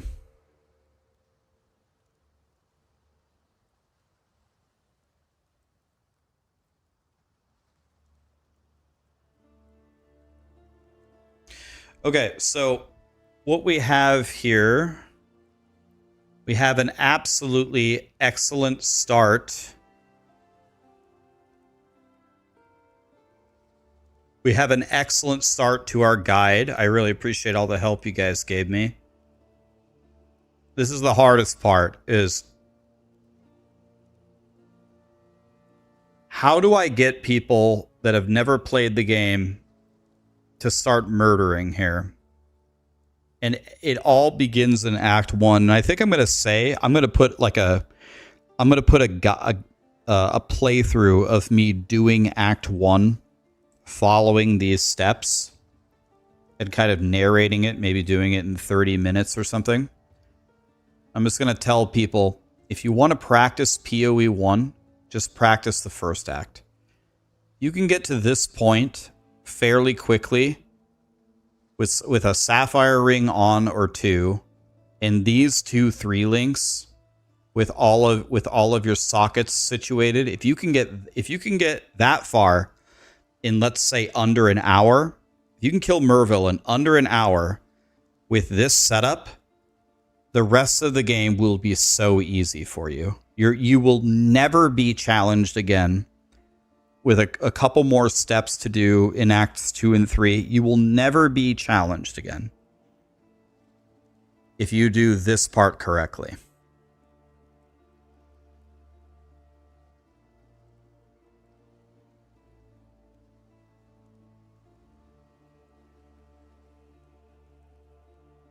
How is 2 ever supposed to get there if it's constantly looked at being inferior and set back? Oh, Redeer, I am 99% sure.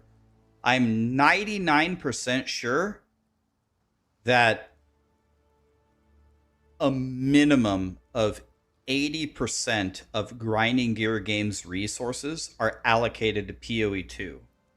Like, we as players looking at the game say PoE2 is not as good as PoE1 right now, but them developing it, they're not sitting there building it saying, man, this is the inferior bastard stepchild. Like, I'm sure they believe that it's going to get there and potentially be superior, and they are putting the resources into it. Like, PoE2 is the one that has the resources, not PoE1. Like, PoE1 has some resources, but it's way more in PoE2. It's not even close. It's not even remotely close.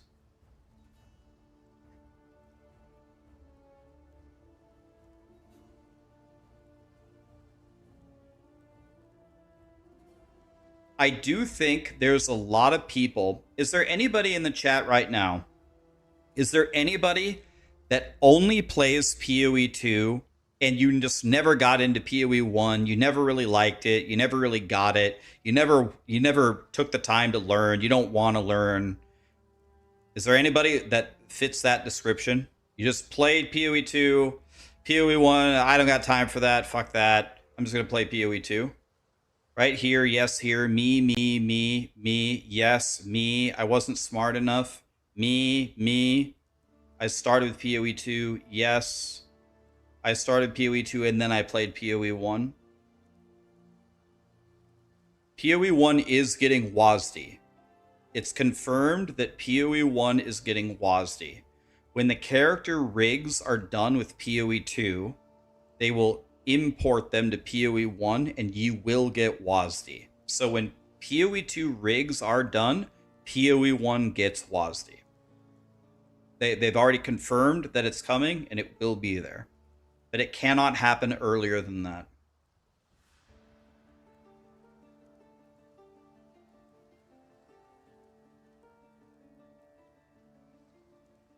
Like, this... Like, okay, so a lot of people said yes. Would you guys be willing to try PoE1? If I make this guide for you and I just lay it out for you step by step, like, are you watching me play this and does it look like Swahili to you, or does it make any sense at all? Like, for the people that only play PoE2, is this not making any sense to you what I'm doing? You will try, you'll use the guide. Like, yeah, like, am I making this guide for no reason? You will try it with my guide. If you've played PoE2, it's such a good training for PoE1. It's the exact same idea. In POE2, you have your skill gem, and then you put a bunch of supports in it. It's exactly the same in POE1, except for instead of putting it in a menu, you put it in your gear, and the gear requires you to have the right colors. The colors have to match. So it's much more difficult and much more confusing. However, you can get past that difficulty.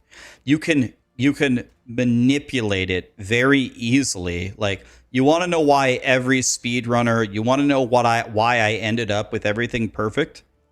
It's because you end up with everything perfect every time. Because all you have to do is know to look for it, and all you have to do is go over here and paste the regular expression, and it'll show you the right things. Like, once you've done it 1 or 2 times, you'll just naturally do it. It's when you first start, it's so difficult, but after you do it a few times,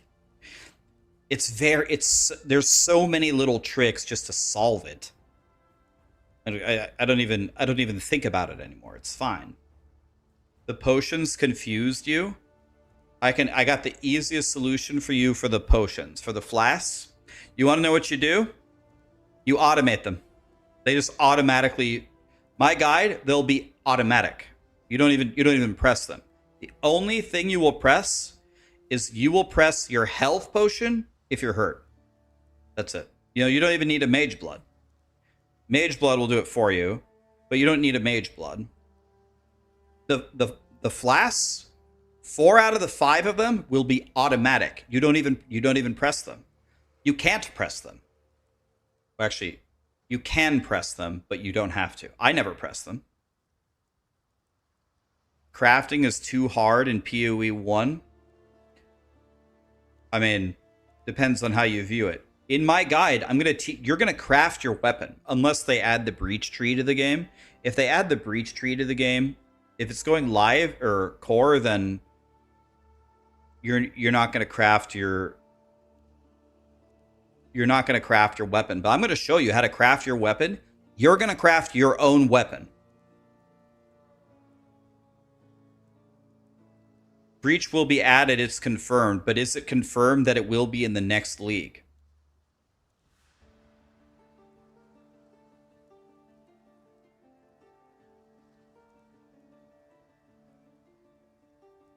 It's already confirmed it's in the next league? Okay, so maybe, I don't know, we'll have to see how powerful the breach tree is. I might just put the crafting video anyway. Guys, does anybody remember the rule for how you craft a Thal Axe?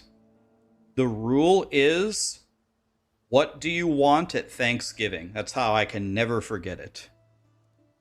The way you craft a Thal Axe is, what do you want the most at Thanksgiving? Anybody remember the rule?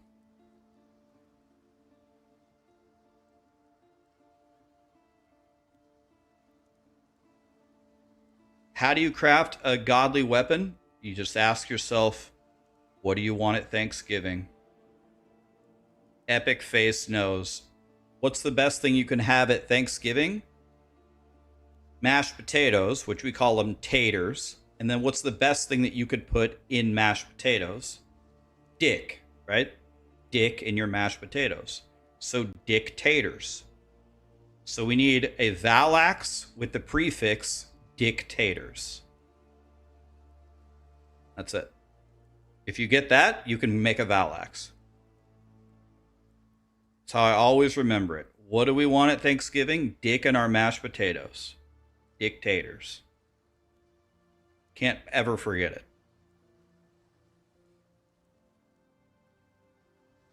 Who puts dick inside their mashed potatoes? I don't know, everybody?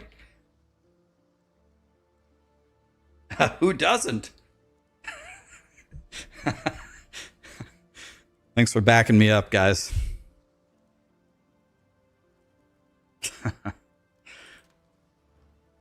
Anyway, the name of the prefix, it's like tyrannical, merciless dictators.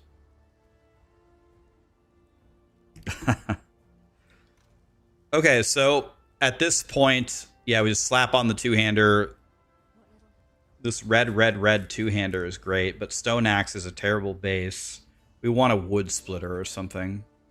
So this is the dream. If you had this, you're going to kill Merville. If you Intimidate and Cry, you're going to kill her in 2 hits.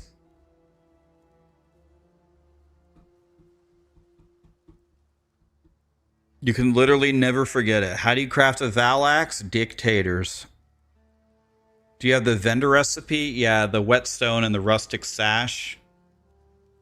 I thought about teaching that to the people, but I mean, it might be easier just to tell them this. If you have a whetstone, slap it on this. But yeah, you can vendor a white one with either a yellow or a blue rustic sash and sell it with a whetstone to get the really high fizz percent on the weapon, right? Yeah. The thing is it doesn't really apply. It doesn't really apply with the breach tree and with gambling. Gambling is so unbelievably powerful. You just gamble an axe. I wish I could show you, but it has the end game prices for me, so I can't buy this. You just buy like 2 or 3 axes, and one of them will be unbelievable. So you don't even have to do that anymore. You could just gamble for a good axe and just throw the whetstone on it. You also have an essence here from... You also have an essence here. You could try to slam in there.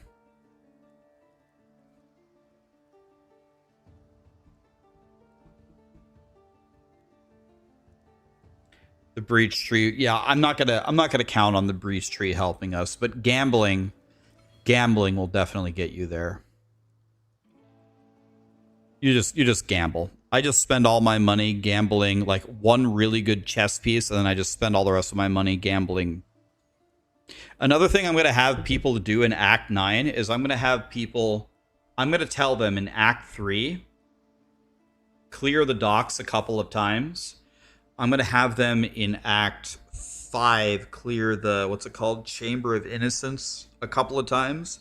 And then I'm going to tell them when they reach Act 9 to just clear the blood aqueducts like 5 full times. Run up, walk to the waypoint back, and reset. I hate moving downward. I saw Ben and I'm Exile. They go up and down, but I hate traveling south. I only like to travel north, so I'm just going to walk to the waypoint. It's like a couple second time loss, but I'll make it up by traveling north all the time. I ain't never going to travel southeast if I don't have to. Okay, well, I'm probably gonna hang it up here, guys. I'm actually very happy with this. We made tremendous progress. We probably have half of the guide done already. Half of it done already. We do the other half tomorrow and finish out the tree and make some decisions about, do we go for this and the blood and sand? I'm thinking we go for the axes first. Maybe we go for the rage. And then we got to think about what is the smartest thing we can do to make it as easy as possible. By the way, what is this tree? This is completely wrong. What's happening here? This is not right. There we go. That's correct.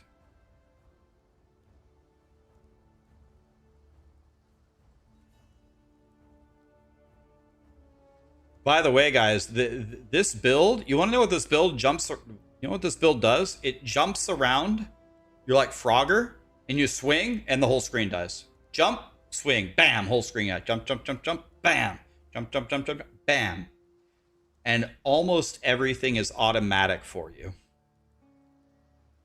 So your flasks are automatic, your war cries are automatic. Everything's automatic. You just delete everything. It's extremely strong. It's extremely strong on a budget, and it's extremely strong early game. Good on a budget, good early game, good in solo, good in hardcore. Very tanky as well. Very mobile too. It's like the only real issue with this build is it doesn't scale outrageously. It doesn't scale into the ultimate endgame like other builds can. But for like most of the game, it's just extremely powerful.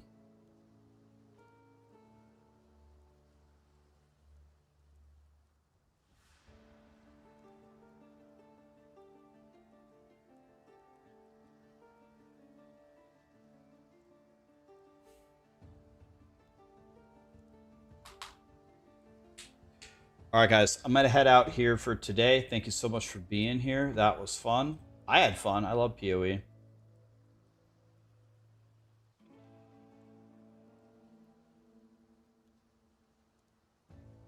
All right.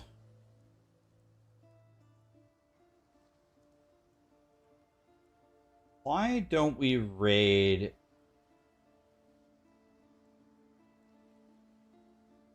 Why don't we raid Al Kaiser? I haven't raided him in a while.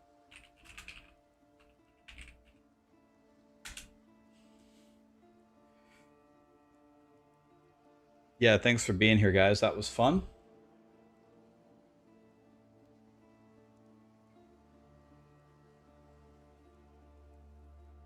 I'll see you guys tomorrow. Thanks for being here.